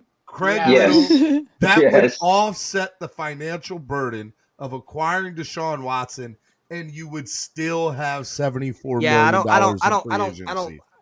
That's made up dollars, guys. Let's get real. We've seen guys go 100 million negative in the cap and they didn't do nothing. So and granted, I'm glad that this front office fixed our cap woes and dead cap paying away. I don't look at Deshaun Watson and go, oh no, we can't afford that. If anything, I look, we can afford that and everything he needs. So, and when the year he comes back, guys, whether it's with us or I don't care, the Detroit Lions, God help who gets in that man's path. Put your seatbelt on, man, because it's going to be a ride, he is going to will whatever team he's on into the playoffs for a playoff victory at least. Put your seatbelt on. It's going to be beautiful. It's going to be think about any time there's some kind of scandal in this league. The guy who gets the scandal, when they come back after their suspension, they know that, hey, I've lost fans, I've lost support, except Le'Veon Bell. Except Le'Veon Bell. You're right about that. But Le'Veon Bell's lying on a giant bed made of $100 bills right now, bro. You ain't got to worry about it either. Le'Veon Bell don't care. He don't give a damn, but guess bro. What? He's out there working on that rap career. Hey, but Le'Veon Bell right now is the only healthy running back in Tampa. And guess when he's going to get the starts? In the most pivotal time of the season. Think about that. This guy's going to be a starter for the Super Bowl champs last year with that good offensive line in the playoffs. That's unreal. Green Rat. I haven't heard from Green Rat, Steven. Again, Twitter's doing pretty good. When them people at that job think you won't quit. Green Rat, what's up, Green Steve, Rat? I got a question for you and Chris. You got to get a picture of Vontae Davis and AB next to each other. Miami ends up with Watson. Do you think they become an instant Super Bowl contender? I'm holding them to that. Yeah, we better. We better. Right. No. 100%. Even when there's so many pieces that need to be fixed. 100%. I don't care, bro. I don't care. Listen to me, Alexander. Here's why, Alexander. Alexander, let me answer the question for you. Here's why. We put Deshaun Watson on this team alone. Okay? I think we win in Atlanta. Or we win in London against Jacksonville. We win the Vegas game. I think we beat the Bills. And I don't even I'm not gonna go there. Colts. I think we beat the them Colts. easy. And he knows that team. He was in that division. I'm gonna do you one better. He would have swept the whole AFC South this year. I think that we would. He would have beat the Titans. I think we would have beat Tampa. We would have beat Tampa, and I think he would have beat Josh Allen. A lot of people don't want to remember we were in that. Josh Allen. We were in that. Look at me. We were in that Tampa Bay game. So Yeah, we were. 9 that minutes defense left in the didn't fourth do quarter. too bad in that game. And they were overplayed, and that's why at the end of the game, exactly right. Just, it's kind of what happened in the Tennessee game in the fourth quarter. They were 100%. So if you look at that, that's easily a 3 to 5 game swing, Alexander. Talking about That's AFC division East champs. champs right there. Yep, and that's the number 1 seed in the AFC. That's home field advantage at the Hard Rock. I'm getting chills. I'm getting chills, Steven. Are you ready for that next year with the tail greeter? Is tail greeter, the sponsor of the show, ready for that next year? Alexander, I need them to be ready. Go watch Deshaun Watson's 2020 highlights. Just his 2020 highlights. You tell me he's not unbelievable. Alex, eat your vegetables and you listen to this Deshaun Watson talk. Here's the thing. You guys think I'm a diehard Dolphins fan. I've always been a diehard Dolphins fan since I was a freaking kid. Okay? All right? I was a baby. All right? Here's the thing. I want this team to succeed. Whether it's with Tua or another quarterback, a top 5 quarterback. Okay? If we ride with Tua next year, I'm down and I'm happy for that. If we ride with Watson, I'm good and I'm happy with that. You know, that's one thing you guys think Pete and everybody and Epstein don't understand. I want this team to succeed. I really do. Whether it's with Tua or another quarterback. Hey, now, Alex, if Tua goes to another team, I will cheer for Tua. Don't get me wrong. I will cheer for Tua. Russell, also. you're back. Why? Yeah, guys, hold on. Let's cheering for Tua when he's Hold out here. up. Let Russell go. Let Russell go. Go ahead, Russell. Let's go. Thank you. Sorry, I don't know what the hell happened there. Anyway, so my question was, as I was watching the Sun Centennial podcast with Dave Hyde and Omar Kelly. Omar Kelly mentioned that he found out the real reason to why Deshaun Watson wants to play in Miami and come to Miami. He did not specify that. So my question to you guys is, one, do any of you know the actual real reason why he wants to play in Miami? And number two, Omar came off basically as like, no, that is a bad idea. Like he was out on the whole Deshaun Watson thing when he found I out know he why. was First of all, Dan Marino was Deshaun Watson's idol growing up. I already knew that. He's a Miami Dolphins fan, and I already knew that. And he doesn't want to move to Deshaun Watson. Doesn't want to move to Philly. He doesn't want to move to Carolina. He doesn't want to move. He wants to come to Miami. It's been his dream since he was a kid to play in Miami. He said that publicly, and that's why he wants to come to Miami. Listen. Larry isn't the only. Oh, Steven, didn't you become a? Go ahead. I'm going to owe you Nelson some real Porter money in the for the comments swear says jar. it's tax Real reasons. money for the swear jar. You already owe money to the swear jar. You Not owe to back mention, taxes. tax reasons, Chris. Yeah, I do not owe back pay. You owe back pay. You owe like $20, Jay. How do I owe $20? I paid him Miami Sports Music. Now it's 40, Jay. Don't argue with I've me. cursed twice today. Miami Sports Music will send you the collections real fast. Deshaun Watson wants to come to Miami. I'm gonna have Pete show up at your You house. don't remember all that drinking you were doing Deshaun Watson yesterday? wants to come to Miami. Deshaun Watson wants to come to Miami, one, because yes, he was a Dan Marino fan. I don't know why. He's so young. I don't even get that. But whatever. And then bad bitches, nice beaches. Yeah. And all this Asian massage parlors. That's on every taxes, like Chris said. What's wrong with that, bro? Is that against the law? No, but he. Is that against the law? Let's also forget his fiance is a rapper. His fiance is a rapper. You also forget Watson's fiance. Deshaun to get over here to Miami, bro. If you would let me finish, you would hear me say, "Who wouldn't want that? Who the hell wouldn't want that? Everybody would want that. Yeah. If you from anywhere cold, you want that. That's I great. haven't lived in North and Central Florida, bro. I can't do it. He publicly said that when he was in college, he low-key hoped that Miami would get him. He wanted to go to Miami. I'm not buying that Deshaun had to Watson pick wants a to come to team- Miami because his idol is Dan Marino. I'm not That buying guy any- I didn't don't watch Marino play because I didn't That's even what get I to be watch saying. Marino That's play. what I be You get what saying. I'm I'm saying? like, And he's younger than me. Younger than us. He wants to be down here because this is one of the best markets in the NFL, period. And if you don't believe it, just look at what the market was when Tua sold. No, it doesn't matter. The NFL keeps the This team Dolphins. only needs that polarizing name. Sue was a really good market here. Ndamukong Suh. Believe it or not.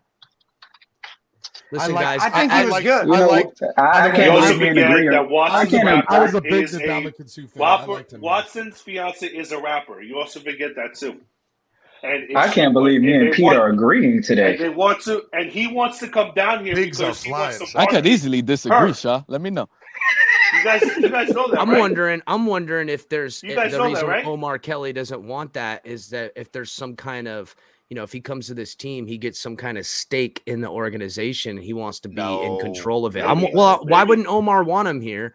I know he's a big Tua guy, and that's stuff like that. So here's the why wouldn't he want? Let me answer that. Let me answer that. So I think that when you work for a public entity like the Sun, right, you have to be very careful about what you say. Now, I'm assuming this, right? I'm not saying that this is the case, that this is the end all be all. I'm just telling you, when you work for any public entity, He don't want women to get mad at him. That's what it is. you have to worry about your reader, your fan base, whatever. That's why I love working for me, right? Because I in theory I can say whatever. There's going to be repercussions off of what I say. Yeah, but it's on you. But it's on me, right? Mm-hmm. If he says something that the Sun does, he's out of a job. He's out. Exactly. He's out of the money that he makes. So I don't know. I don't know. Basically, what you're saying, Steven, is Omar feeds his family with this. You don't. Yeah, you don't know want what I'm saying? to. You don't Not cut yet. off your I nose want to to. spite your face. But even with that being said, from the standpoint, South Florida offers any young player right now the opportunity to expand their career in so many different ways. The tax advantages here, the lifestyle, the food, you know, the entertainment market. entertainment. And look, Yep. Hard Entertainment Rock market. Hard Rock is slowly, I put that in quotations, becoming one of the best places to play in the NFL if you are a Dolphin. Like that, it's turning into a really great environment to watch a game. Steven, And not only it's football, not the Orange Bowl. I'm comparing not it only to the Orange football, Bowl, but think about it's think about the pretty good. concerts that we have at the Hard Rock. Mm-hmm.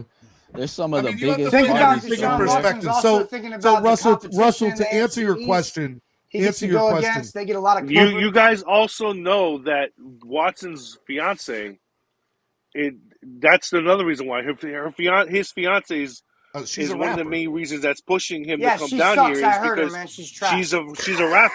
No, listen. What you guys? You know what, man? I'm a look, rapper too. look, this is the truth. Bro. This is the truth. This is the truth. Solo D and her are gonna do a record. Look, this is the truth. With Watson, that would be great They're for the gonna go show, Steven. The Watson time remix. That would be awesome. Let me tell you the Deshaun Watson truth. The truth with Deshaun Watson is you're gonna go where you're wanted. And Stephen Ross has been after Watson before this. He knows this. There has been too many ties with Houston and Watson with Miami. He knows Miami wanted him. Now, imagine an organization wants you, wants to pay you, is interested in you, and then you get these nasty allegations. Andrevius, you're funny. Shout out to Andrevius for the $20 donation. That was nice, Andrevius. Good So job. even with these allegations, we're still showing interest in Watson. Imagine how good Deshaun Watson feels about the Miami Dolphins right now. Like these guys, when I'm on their team, they're not gonna stab me in the back. They're not gonna, because they believed in me from the get-go, even when all these allegations jumped out. I had the owner of the Dolphins come meet me here face to face and talk to me like a man and tell me what it was. And you know what? That's right, I put Pete. the jersey on now, That's right. and I'm gonna go out there and and listen, Preach, Deshaun Pete. Watson. Tell I'm him, preaching Pete. right now, baby. Deshaun Watson is not gonna come here to prove it to the fans. Deshaun Watson is going to come here to Miami to prove it to the owner that believed in him and is paying him these checks. What that's going to lead to is a bunch of flip-flopping fans falling over for Deshaun Watson because the fans are reaping the benefits because the Dolphins are winners now with an elite quarterback. It's going to be Right now, Pete. Them flip-flops going to be so big, it's going to be slapping them in the back. Go ahead. But only the OGs, Estefan, are going to know. Comes here, y'all think I'm not going to root for the Dolphins no more because I'm a Tua fan? I love the Dolphins. Like, oh God, y'all gonna call me a flip-flopper next year? Yes. No. Wait, Carl. We're still taking applications, bro. You can get it last minute, bro. Sean, As long as you do it- I'm buying as all long as you do it before Tuaneers. Sunday. I'm buying all Tuaneers that go with me to games next year. Deshaun Watson jerseys. Hey, straight up. And the Watson train leaves before what time's our game Sunday? So y'all can still hop on, bro. But I mean, you know what I mean? You gotta hop on before that game starts. You know what? I want to say one thing, Steven. You know what was funny to me yesterday? Somebody who's been so high on Tua, D1. I know he's not here, but did you hear what he said yesterday? Because I'm very observant. He said he can't wait for Tua to beat Mac Jones because now he can tell the Patriots fans. We don't call him Mac Jones here. Okay. He said he couldn't wait for him to beat Wack Jones because he could tell the Patriots fans you couldn't even beat Tua. That just goes to show how much D1 believes in Tua. He basically said no. I think it's more of everybody's down on. Where's Tua, D1? I want my rematch. I'm gonna beat him with Brissett. Everybody's down on Tua. It's like you're down on Tua. Everybody says Tua sucks. And you got beat by the quarterback that everybody says sucks. I want to piggyback off something that Pete said. Pete said that when the Dolphins start winning, that the bandwagon train is going to be all aboard.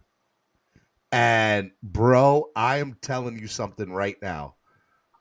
I almost don't care because I want there to be an excess of Miami Dolphin fans. Isn't that how it's supposed to be? Yeah, like more fans are supposed to be there when you win.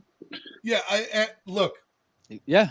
I have no problem with it because if that means that when Buffalo comes to town and Baltimore and by the way, find out real quick, side note, pause for a second. The Dolphins are playing in Baltimore next year.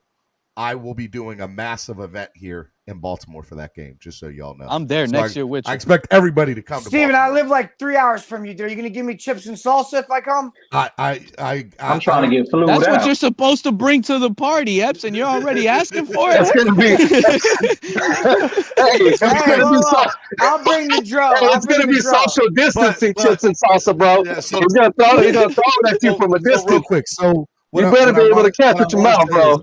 If the Dolphins, and I say if because until they show me, I gotta say if, but if they go crazy and start like 13, 14, 15 win seasons and MVP quarterbacks, and bro, I yearn for those days. I pray for those days. I want there to be days like that. It will be. It's gonna come. There's look. I'm gonna be honest with you. It's gonna come, Stephen, with Watson, because think about this for a second. Deshaun Watson goes to the line of scrimmage. He knows that. Remember when Tua said, "I know this play wasn't gonna work, but he had to hike it anyways." Deshaun Watson is gonna go to the line of scrimmage. He's gonna know that play's not gonna work. He's gonna look at Coach Flo. He's gonna flick him off for a second and then tell him, "Hey, you run this route, do this, because we're switching it up out of this run right now, because that's gonna work." So there's a really cool video that I'm sure all of you have seen before of Cam Newton, that he's in the red zone. He's within the 10-yard line, and I want to say he's playing like Arizona or somebody like that. But he's calling out his audibles. And you hear the defense call their audible, and he goes, "Oh, you've been studying game film. Watch this." And knew exactly. That was against Green Bay. Yeah, dude, Matthews. it's one of my Clay favorite Matthews. videos of all time. And I think Deshaun Watson could be the same way, right? Like, I think Deshaun Easily. Watson could go up to the line of scrimmage. Like, let me tell you when I fell in love with hearing what Deshaun Watson could be. When TD Phins played the press conference, like 10-minute clip, 8-minute clip of him breaking down coverages. I was like, who is this man?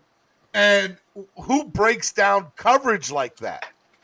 Like professional. Hey, Steven, and on a serious note, though, man, Deshaun Watson is a good dude, bro. Besides this that's happened, to be in my look, this might be my opinion. I know a lot of people don't like him, and they're already accusing him, saying all these negative things. But in my opinion, he hasn't been charged with anything, and a lot of it's related to him just liking a lot of women, and I don't see nothing wrong with that.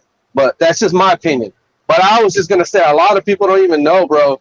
You know, some of the stuff that struggles that he's dealt with, like personally, bro. Like, you know, the fact that his mom had like throat cancer, bro, and he worked like 4 jobs, bro, to help out their family, bro. It's not let alone all the stuff that he's done for the community in Houston, bro, before all these allegations came. So Deshaun Watson is a good dude, bro, and people need to quit.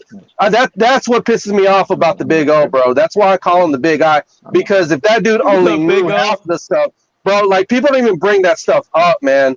He really is a good dude, man. Listen, I'm gonna tell you something. We all fall short, bro. We've all been there.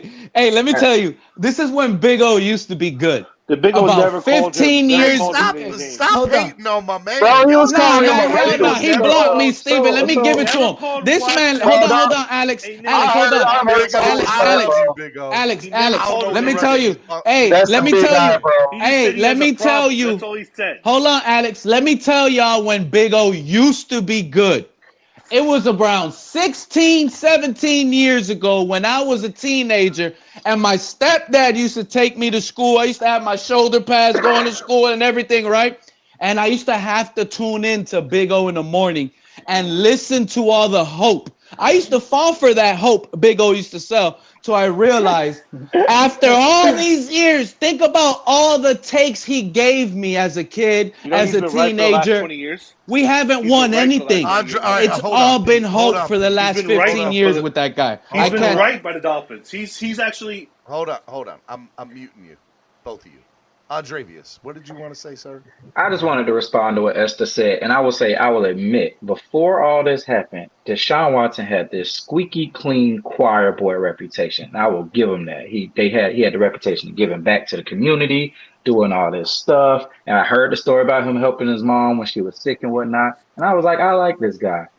But I think I don't use the word rapist because I know he didn't rape anybody, to our knowledge at least. But there's something going on with this stuff, and let's just hope it's not. If somebody calls you a crackhead for 25 years, something's going on. But I'm just hoping it's like literally like the minimum what he did, because he definitely did something to these girls. But let's just hope he ain't do nothing too fucking crazy. Look, so here's a little the bit thing. more to the swear jar there. Yeah, by the way, well, he's got credit now. Here's the thing. I think when you're looking at Steven, you was pretending to be Watson president at one point. Then you went back to Tua. I was on the Watson president wagon. And here's the thing. I would still be on that wagon if the allegations would go away. If the allegations go away. They're about to, Steven. I'm just telling you. Y'all keep saying that. Four women being very stubborn. If they go away. And ironically, it's 4. Hey, Steven. His number. What's up, Todd? Hey, first I wonder, real quick, sorry, Todd, just real quick to get on this. I wonder if what Omar didn't want around is that Stephen Ross is willing to pay whatever it'll cost. I'm just saying, just to throw a wrench in there, guys. Now, let me throw piggyback on that. Mm-hmm. Do you realize that Houston's going to lose a lot of leverage in this? They're not going to be able to sit $40 million on the bench, and if he only chooses to come to Miami, That's what I keep telling everybody. I said that That's on like my the show. thing. How the hell are they going to spell $50 million? They're not losing leverage. They never had leverage. They That's never what had I keep telling everybody. He has a no trade clause. now they have Everybody keeps none. saying Cleveland, Philly. If he all chooses this. to come here, there's no way that they could turn down trading it because they can't afford it with salary cap $40 million this year. It's clear that the Houston Texans are behind this from the get-go. Yep. They're not happy that their quarterback has more leverage than the owner. And a boss never likes when an employee holds the power. That's the issue. Bosses don't like to lose. Pete, let me say this because I'm agreeing with Pete today. I'm telling you, pigs are flying. Andrevius and Pete do not agree on anything. Go check your temperature. I know, bro. Check it. So this is what I'm saying to this. When you look at certain things, right, you have to understand that the conversation does not need to be had about whether Watson is innocent or guilty. The conversation needs to be had if he is cleared of charges. What do the Dolphins do then at that point? From a strictly football perspective. Offer everything. Offer everything. And I no. agree. You don't offer. Come on, guys. You have to have draft capital to get the players. Reality is Stephen Ross and Deshaun Watson could talk privately, and we could offer them a first-round pick. With that. We could offer them one first-round pick, and Houston can't do anything about it. That's the reality. Exactly. Don't make it easy for Houston, bro. Don't make it easy for them. We've already robbed them blind. Do it twice. Look, that's the reality, man. Look. Hold on. Done it more than twice. Hold on. Look, listen. Hold on. Oh, go ahead. Go ahead. Go ahead, Alexander. Go ahead, Alex. I was gonna say, listen. If I understand that you offer a lot, I get that. But let me ask you this: you still have to build around him. You can't. Alexander. They have go into next season listen to me, Alexander. Alexander, listen. We have $75 million in cap space. Yeah. We have people that we can cut to create more cap space. Cap's gonna go up this year. And the cap and $30 million. No. But listen. When we own 30, 40 million. It's already come out that we can let go of non-essential players and have enough cap room to cover his a contract for next year without even touching the $74 million. As little money as this team spent these last couple years, Stephen, they got the ducats, dog. Don't let them BS. Hey, Stephen, what's up? Big O has got you gassed up, bro. First thing I'm offering is the only thing I'm offering. Big O has got you gassed up, Alexander. I'm telling you that because I'm your friend, man. The only thing I'm offering at first is maybe a first round and 2 seconds. Because I'm that ain't gonna work. No, listen. Hold on. Listen to Todd. Listen to Todd, please. First off, I I have Christian Wilkins who went to school with Watson. He can tell him, dude, we want you. We're just playing hardball so we can get you the assets What do you think he's to not build telling him around that? you. Number one. All right. So that's what I'm going to have Christian Wilkins do behind, because players talk in the off season all the time. They went to school together. They're going to hang. Then you're going to go, okay, fine. Houston, you don't want to do that? I'll give you 2 twos. That's top dollar. You're gonna make Houston's Houston gonna say no, and I'm gonna be like, okay, then you want $40 million sitting on your bench. Exactly. Turn around, I'm gonna walk. Exactly. This is why. Listen to this. So listen to this. Hold on. No, this is the truth. Hold on. When there's people sit there's here, one other thing that you're missing, Todd, from that scenario. You're missing. Yes, he wants to come to Miami. I think everybody knows that. Yes, he has a no trade clause. He can say when and where he wants to go. But we also know, we can also take the theory that Houston is playing chicken and they are not budging. So they could easily go to him and say, bro, we're not sending you to Miami. Houston can I don't think and if he's cleared of all the charges, do you think that is he willing to sit one more year on the bench because he doesn't want to go somewhere? For $40 million? Riddle me that. $40 million, he would probably sit down happily. Is Houston willing to take the analogy you made with them playing chicken? I like that because and listen, I don't know Houston. I'm not a Houston diehard or anything, but it seems to me that with the situation that they've got, they're willing to play chicken and crash that car. Look, willing to crash that car. No, what's to You lose? have your David computer? Mills? Come on. You have your No, computer? this is what's crazy. Look up Houston's salary cap next year. Look how bad it is. Yeah, but check this out. This is what's crazy, and people will think, like Epps and Todd said, the Dolphins could offer just a second round pick, and it wouldn't matter how many other teams offered 3, 6, 9, 12 picks and more players. Hey guys, that ain't gonna listen, happen. Hold on. Somebody just sent me this. And Is that the film breakdown? That's the film breakdown. It's Nice. 1 minute I long. wanted to I want to see play this. it real Awesome. quick because it makes me so excited. For you to try them downfield. Flip flopping again, Steven. Hey, pause it real quick. Pause this real quick. After this, I want to throw a little shot at Tua. Go back to Jalen Hurts last week, and he does this same stuff. Jalen Hurts does this last week's interview, by the way. They're guarding number 2, corner seam, and they trap 2. So what they're doing is keeping everything in front. The linebackers are playing anything across. Keith is playing in the middle. He stops everything across the middle. He jumps everything back. The safety is trapping number 2. So if the safeties are playing low, then we can take that. We have to hit them. We did the post because Reed stepped up on 2 with out over the top. That's someone that knows what This the guy hell has they're talking alien about right there. hands. That's the only 2. After that, they play back, cover 2. I can't make it. Look at the size of Deshaun Watson's hands. That's a not fumble the football when I take a pump fake hand right there, guys. Play the Jalen Hurts. Jalen Hurts did that last week in his interview, by the way. The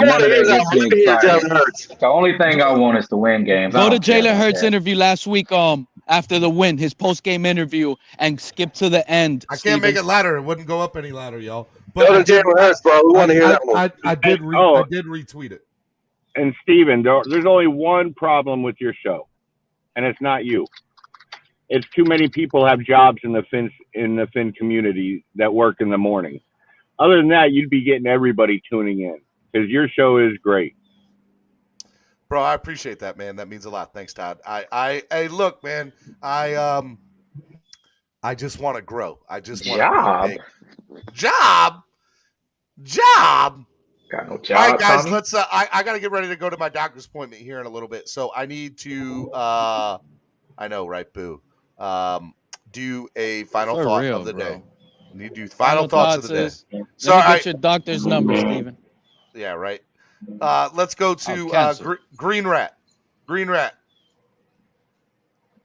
Yep, I'm here. Final as thoughts far of the as the Deshaun Watson thing, we still have to put a decent trade offer in because we don't want to burn bridges with Houston for future possible trades and stuff. Bro, we done picked them dry.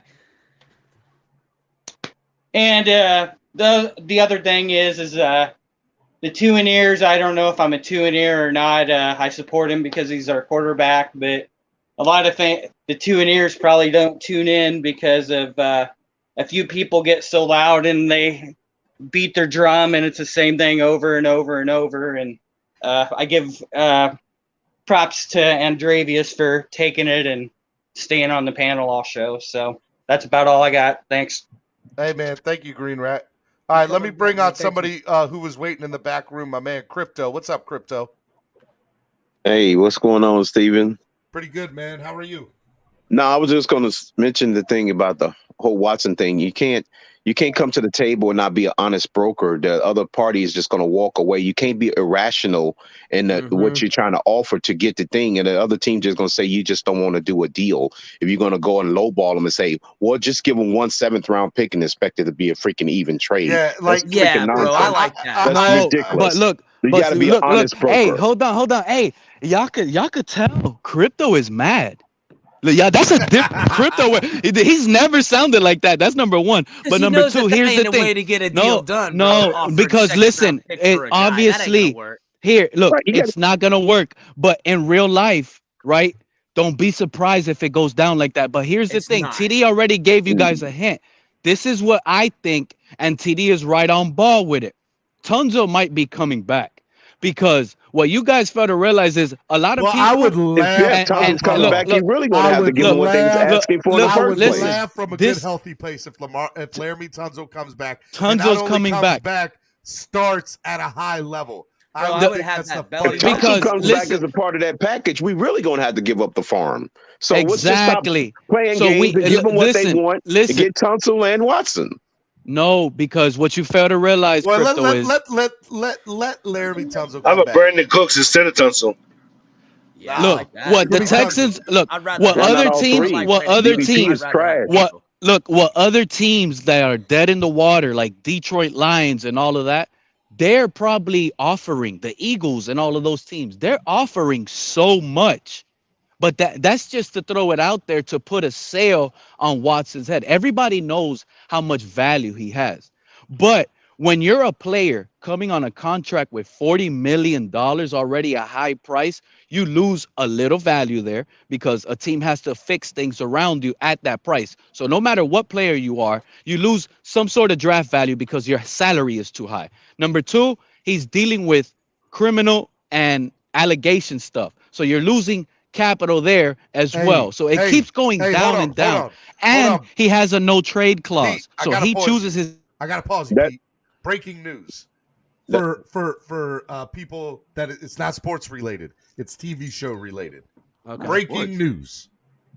Ozark season 4 coming back January 21st. If y'all want a great show to watch, Ozark is amazing. Steven, let me ask you a question. You want us watching Ozark or watching you right now? Steven, we knew that like a month ago. You're late. Yeah, we watching they just you. released the trailer. It looks amazing. How about the Handmaid's Tales? And Handmaid's Tales. But you threw me off. You threw me off. So now that we know that he has almost nobody knows his true value with Deshaun Watson. When Epps tells you just 1 first-round pick can get him, it can happen. But they don't want that. They want a lot of picks. So they're going to find a way to get a package deal. They have to trade Tunzel to make the Houston fan base, because we don't care. The Houston fan base needs to feel good about it. So if they only give us Watson and they only get 1, that's not going to sell. They need a lot of picks. They need players. They need that. And the only way that happens is going to be with Watson and Tunzel. Give them what they asked for and close the deal. In my opinion, it's only happening with Watson and Tunzel as a package deal. You can say goodbye to Tua and Waddle. I want to say my final take after Pete. Pete, final I'm done, thought. fellas. That was my final thoughts, baby. I got a final thought to follow that up. Look, yeah, Pete. Hey, man, I wish you would have dropped out, but look, we don't need any more young players. This offensive line is young enough. Go ahead and give them what they want. Get Tunsil over here. The only thing I want out of the draft is a middle linebacker. That's it. We're good with the running back by committee, bro. We don't need no more. I don't give a damn about the draft, bro. Go get veterans. We don't need that. We don't need these no more young guys. We're good, bro. We're good with no more young guys. Just a middle linebacker out of the draft, and I'm good. That's my final take. Get out of here, Estefan. Spurs suck, and I love you. Somebody's got some background noise here. I Who's will that? gladly give up 3 first-round picks in 2 seconds for Tunsil and Watson. Bring them here. That'll cost way more than that. I don't know if that it was would the cost that original much deal. more. That's not. Not That's what it for not costs. for That's what Watson the and value of it Tunsil. is No now. way. That's hey, that's do you terrible. do you It costs realize? 2 seconds in a player. Hey, do That's you the deal. realize that they're over the salary cap, Houston, as of next year? I Way seen over. that in the comments. Was that you that posted that? No, I didn't post it, but someone else. They are way over. It was They being are. brought up the other day. They're are. like 30 million over. They are. Oh, they'll find a way Hey, to magically get it hey, down. Salary cap is just a guys. number on the spreadsheet. Final thought. Not when you have as bad a team as them, and they're still over. That's irrelevant. The Kansas City Chiefs had $32 over the cap Chris, you're going gonna into have their to go Super Bowl live today. victory year. Yeah. I'll go live right after this, guys. I see that the Hey, conversation can't stop. Y'all so. have a good one. I'm going to go back to work. Steven, good luck with the doctor. Thank you, man. I appreciate Steven, it. I'll give a final thought real quick so I can get things put together. But as far as the trade for Watson goes, the NFL as a business wouldn't allow a marquee talent to be traded for nothing because it would literally Houston fans would riot. This has to be brokered in such a way where it doesn't make Houston look embarrassed and the Dolphins don't look like a bully. This is a business, guys. It's an entertainment business. They're not going to let talent walk out the door unless they plan on taking Houston and moving them to friggin' London or something like that. That ain't gonna fly. Let me also get something straight to piggyback on Chris's thing. Houston can pull the Detroit Lions. And they can be like, bro, we not trading you, and that's all there is to it. Because I see that more likely. And you know what? I need people to realize that's not out of the question in this scenario because, granted, it was a lot more personal with Barry Sanders in Detroit, and it was a lot more personal with Calvin Johnson. And Detroit is stupid. Do you realize they could have gotten so many assets for those two guys? Oh my and God. restarted their franchise? But they'd rather sell that jersey for forever than do something in the franchise. It makes there's so many things. That's Plus, a whole these other people conversation making money hands over fists, man. Yeah, they're but- growing a pot so big, so fast. Yeah, bro. It's These are gajillionaires play toys, guys. Don't kid yourself. Yeah. So look, I think Watson's in the same market, right? Like I think Watson's in that same market that, bro, we will let you sit and rot on the bench for the rest of your natural career. Just saying. They're not winning their division or his natural contract. No, natural contract. Yeah, right. So if he's sat out. If they can go to I want to say they can go to arbitration. Yep. And they can request another year. I could be wrong about Steven, but think about this, man. The NFL does not want it to turn into the NBA, bro. I think it was a mutual thing. They don't want it to turn into the NBA because you're talking about 53 They can spin it any way they want to. The 53-man roster, man, listen, the NFL can't become in the NBA because it's just too many players, too much money, too many moving parts.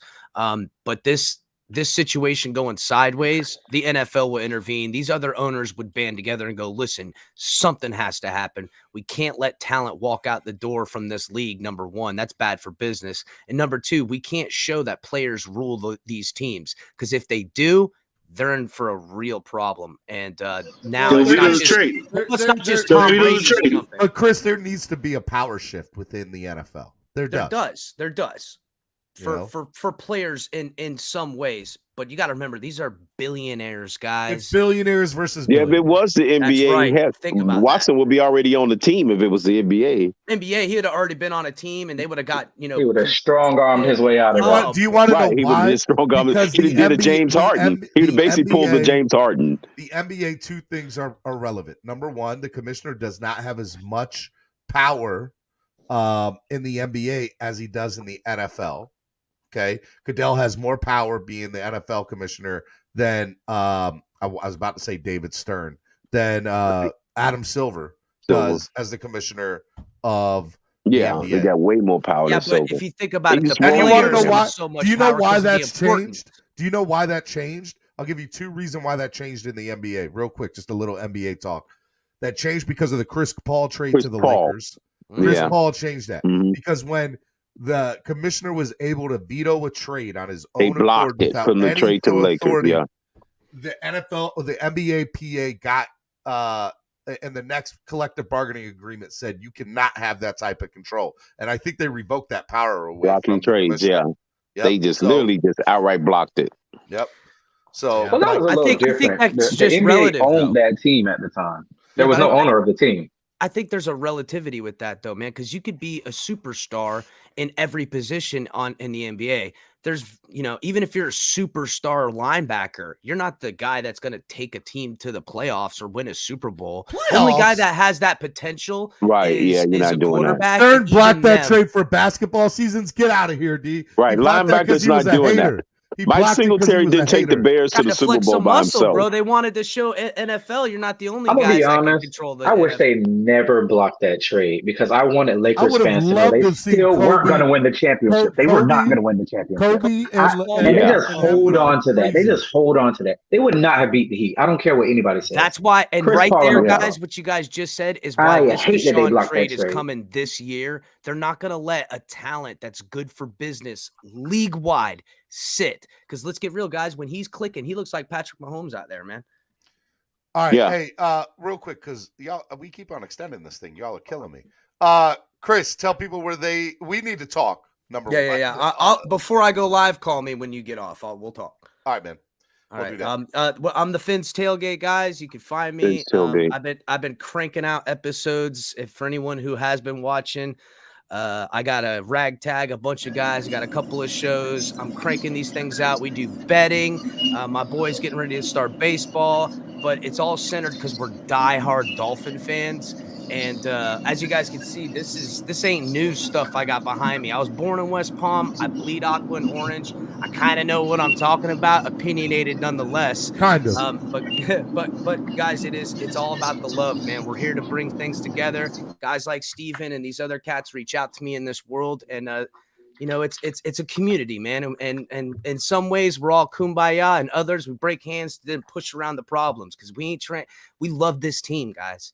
And so we're here to try to make sure that the fans have voices to be heard and that the fans have, an ability to get their emotions out, and we can kind of work this out. Because sometimes, guys, I mean, you want to break that television when you see a performance sometimes, guys. Let's try to not lose our anger. Let's try to put it in a good outlet, guys. So come and find me at the Phins tailgate. Steven, I'll be waiting for your phone call, brother. All right, bro. Be easy, man. All right, Appreciate man. it. Yep. All right, we need to hurry up. I need to hurry up. So, Crypto, real quick, final thoughts of the day. 2 minutes. Yeah, thanks for having me, Steven. Let's go get this win on Sunday and close out the meaningless season now.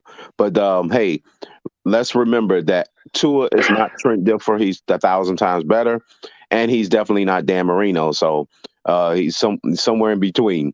So we can win if they build a team, but that never precludes you from upgrading the position if you have the chance and the opportunity presents itself. It's not a knock on the guy you currently have.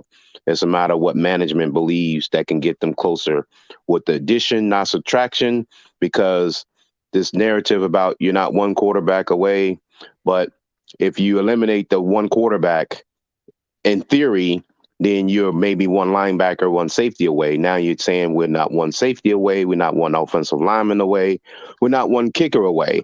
We're not doing one Justin Tucker away. The Buffalo Bills would have loved to have Justin Tucker in that Super Bowl when he missed it no good right. So what was they? One kicker away? In definition, they was one kicker away. So you just never know who that one player may be that can get you over the hump. That's all I'm saying. I agree, bro. I agree. Crypto, you're the man, bro. All right. Easy. All right. Alexander, your background noise is atrocious. But sorry, man. I'm in the car. I'm in the car on my way to work. Sorry about that. But yeah, man. I hope we get this win on Sunday. To close out the game. I'll be there on Sunday with because I won the Publix Ultimate Tailgate Experience, so I'll be partying inside that little portable Publix thing outside the stadium. But my guy. Yeah, man. But yeah, I hope if you have people from Publix there, tell them about me. They could be a sponsor. Oh yeah, I got you. I got you, man.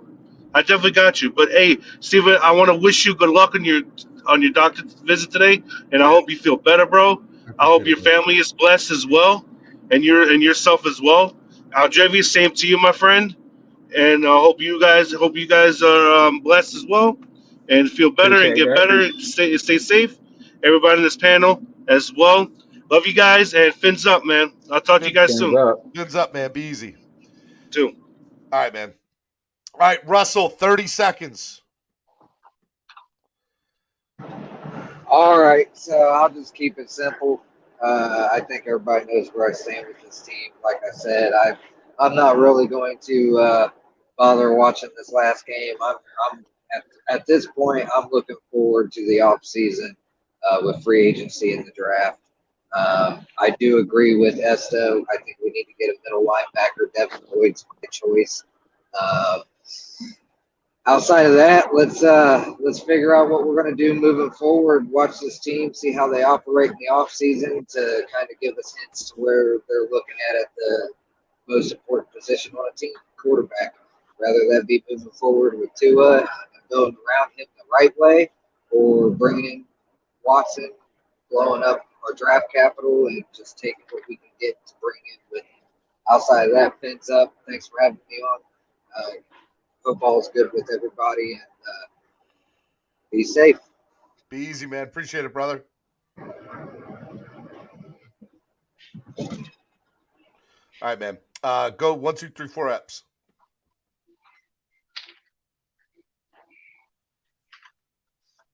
Eps.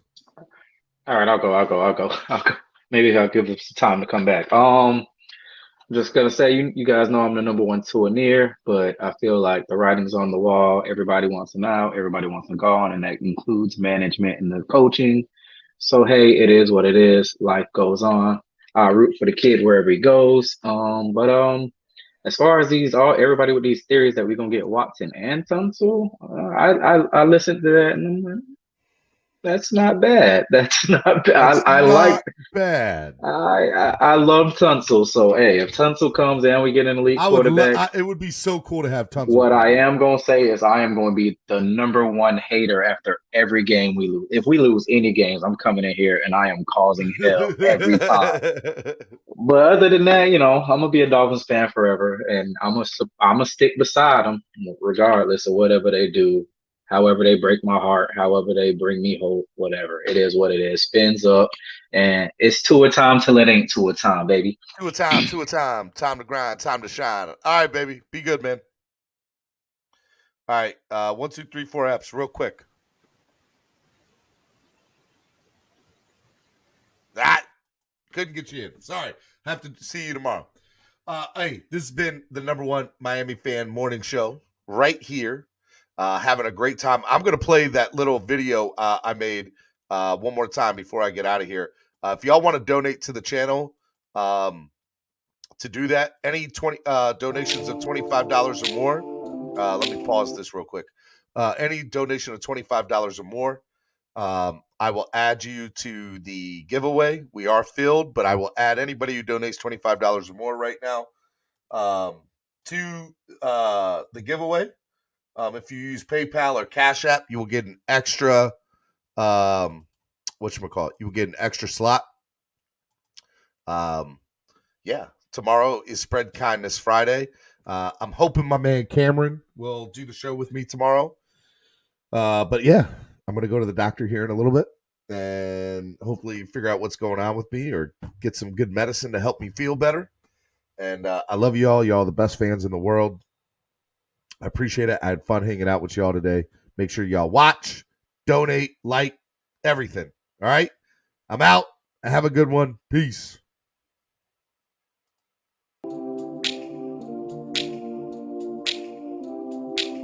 Do you remember when we fell in love? I remember, don't worry. Do you remember? I remember how it all began. How could I ever forget? It's the first time. Do you remember? I can feel it. I can feel it. I can feel it coming in the air now.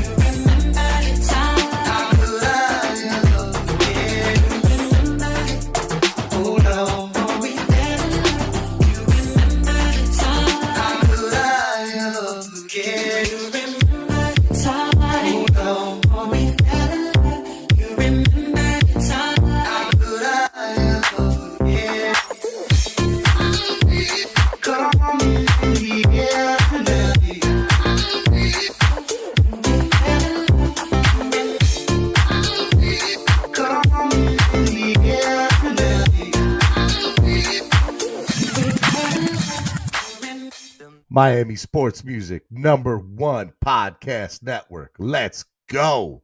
See you tomorrow right here on the #1 Miami Fan Morning Show. Clap Blockers. Let's go, baby.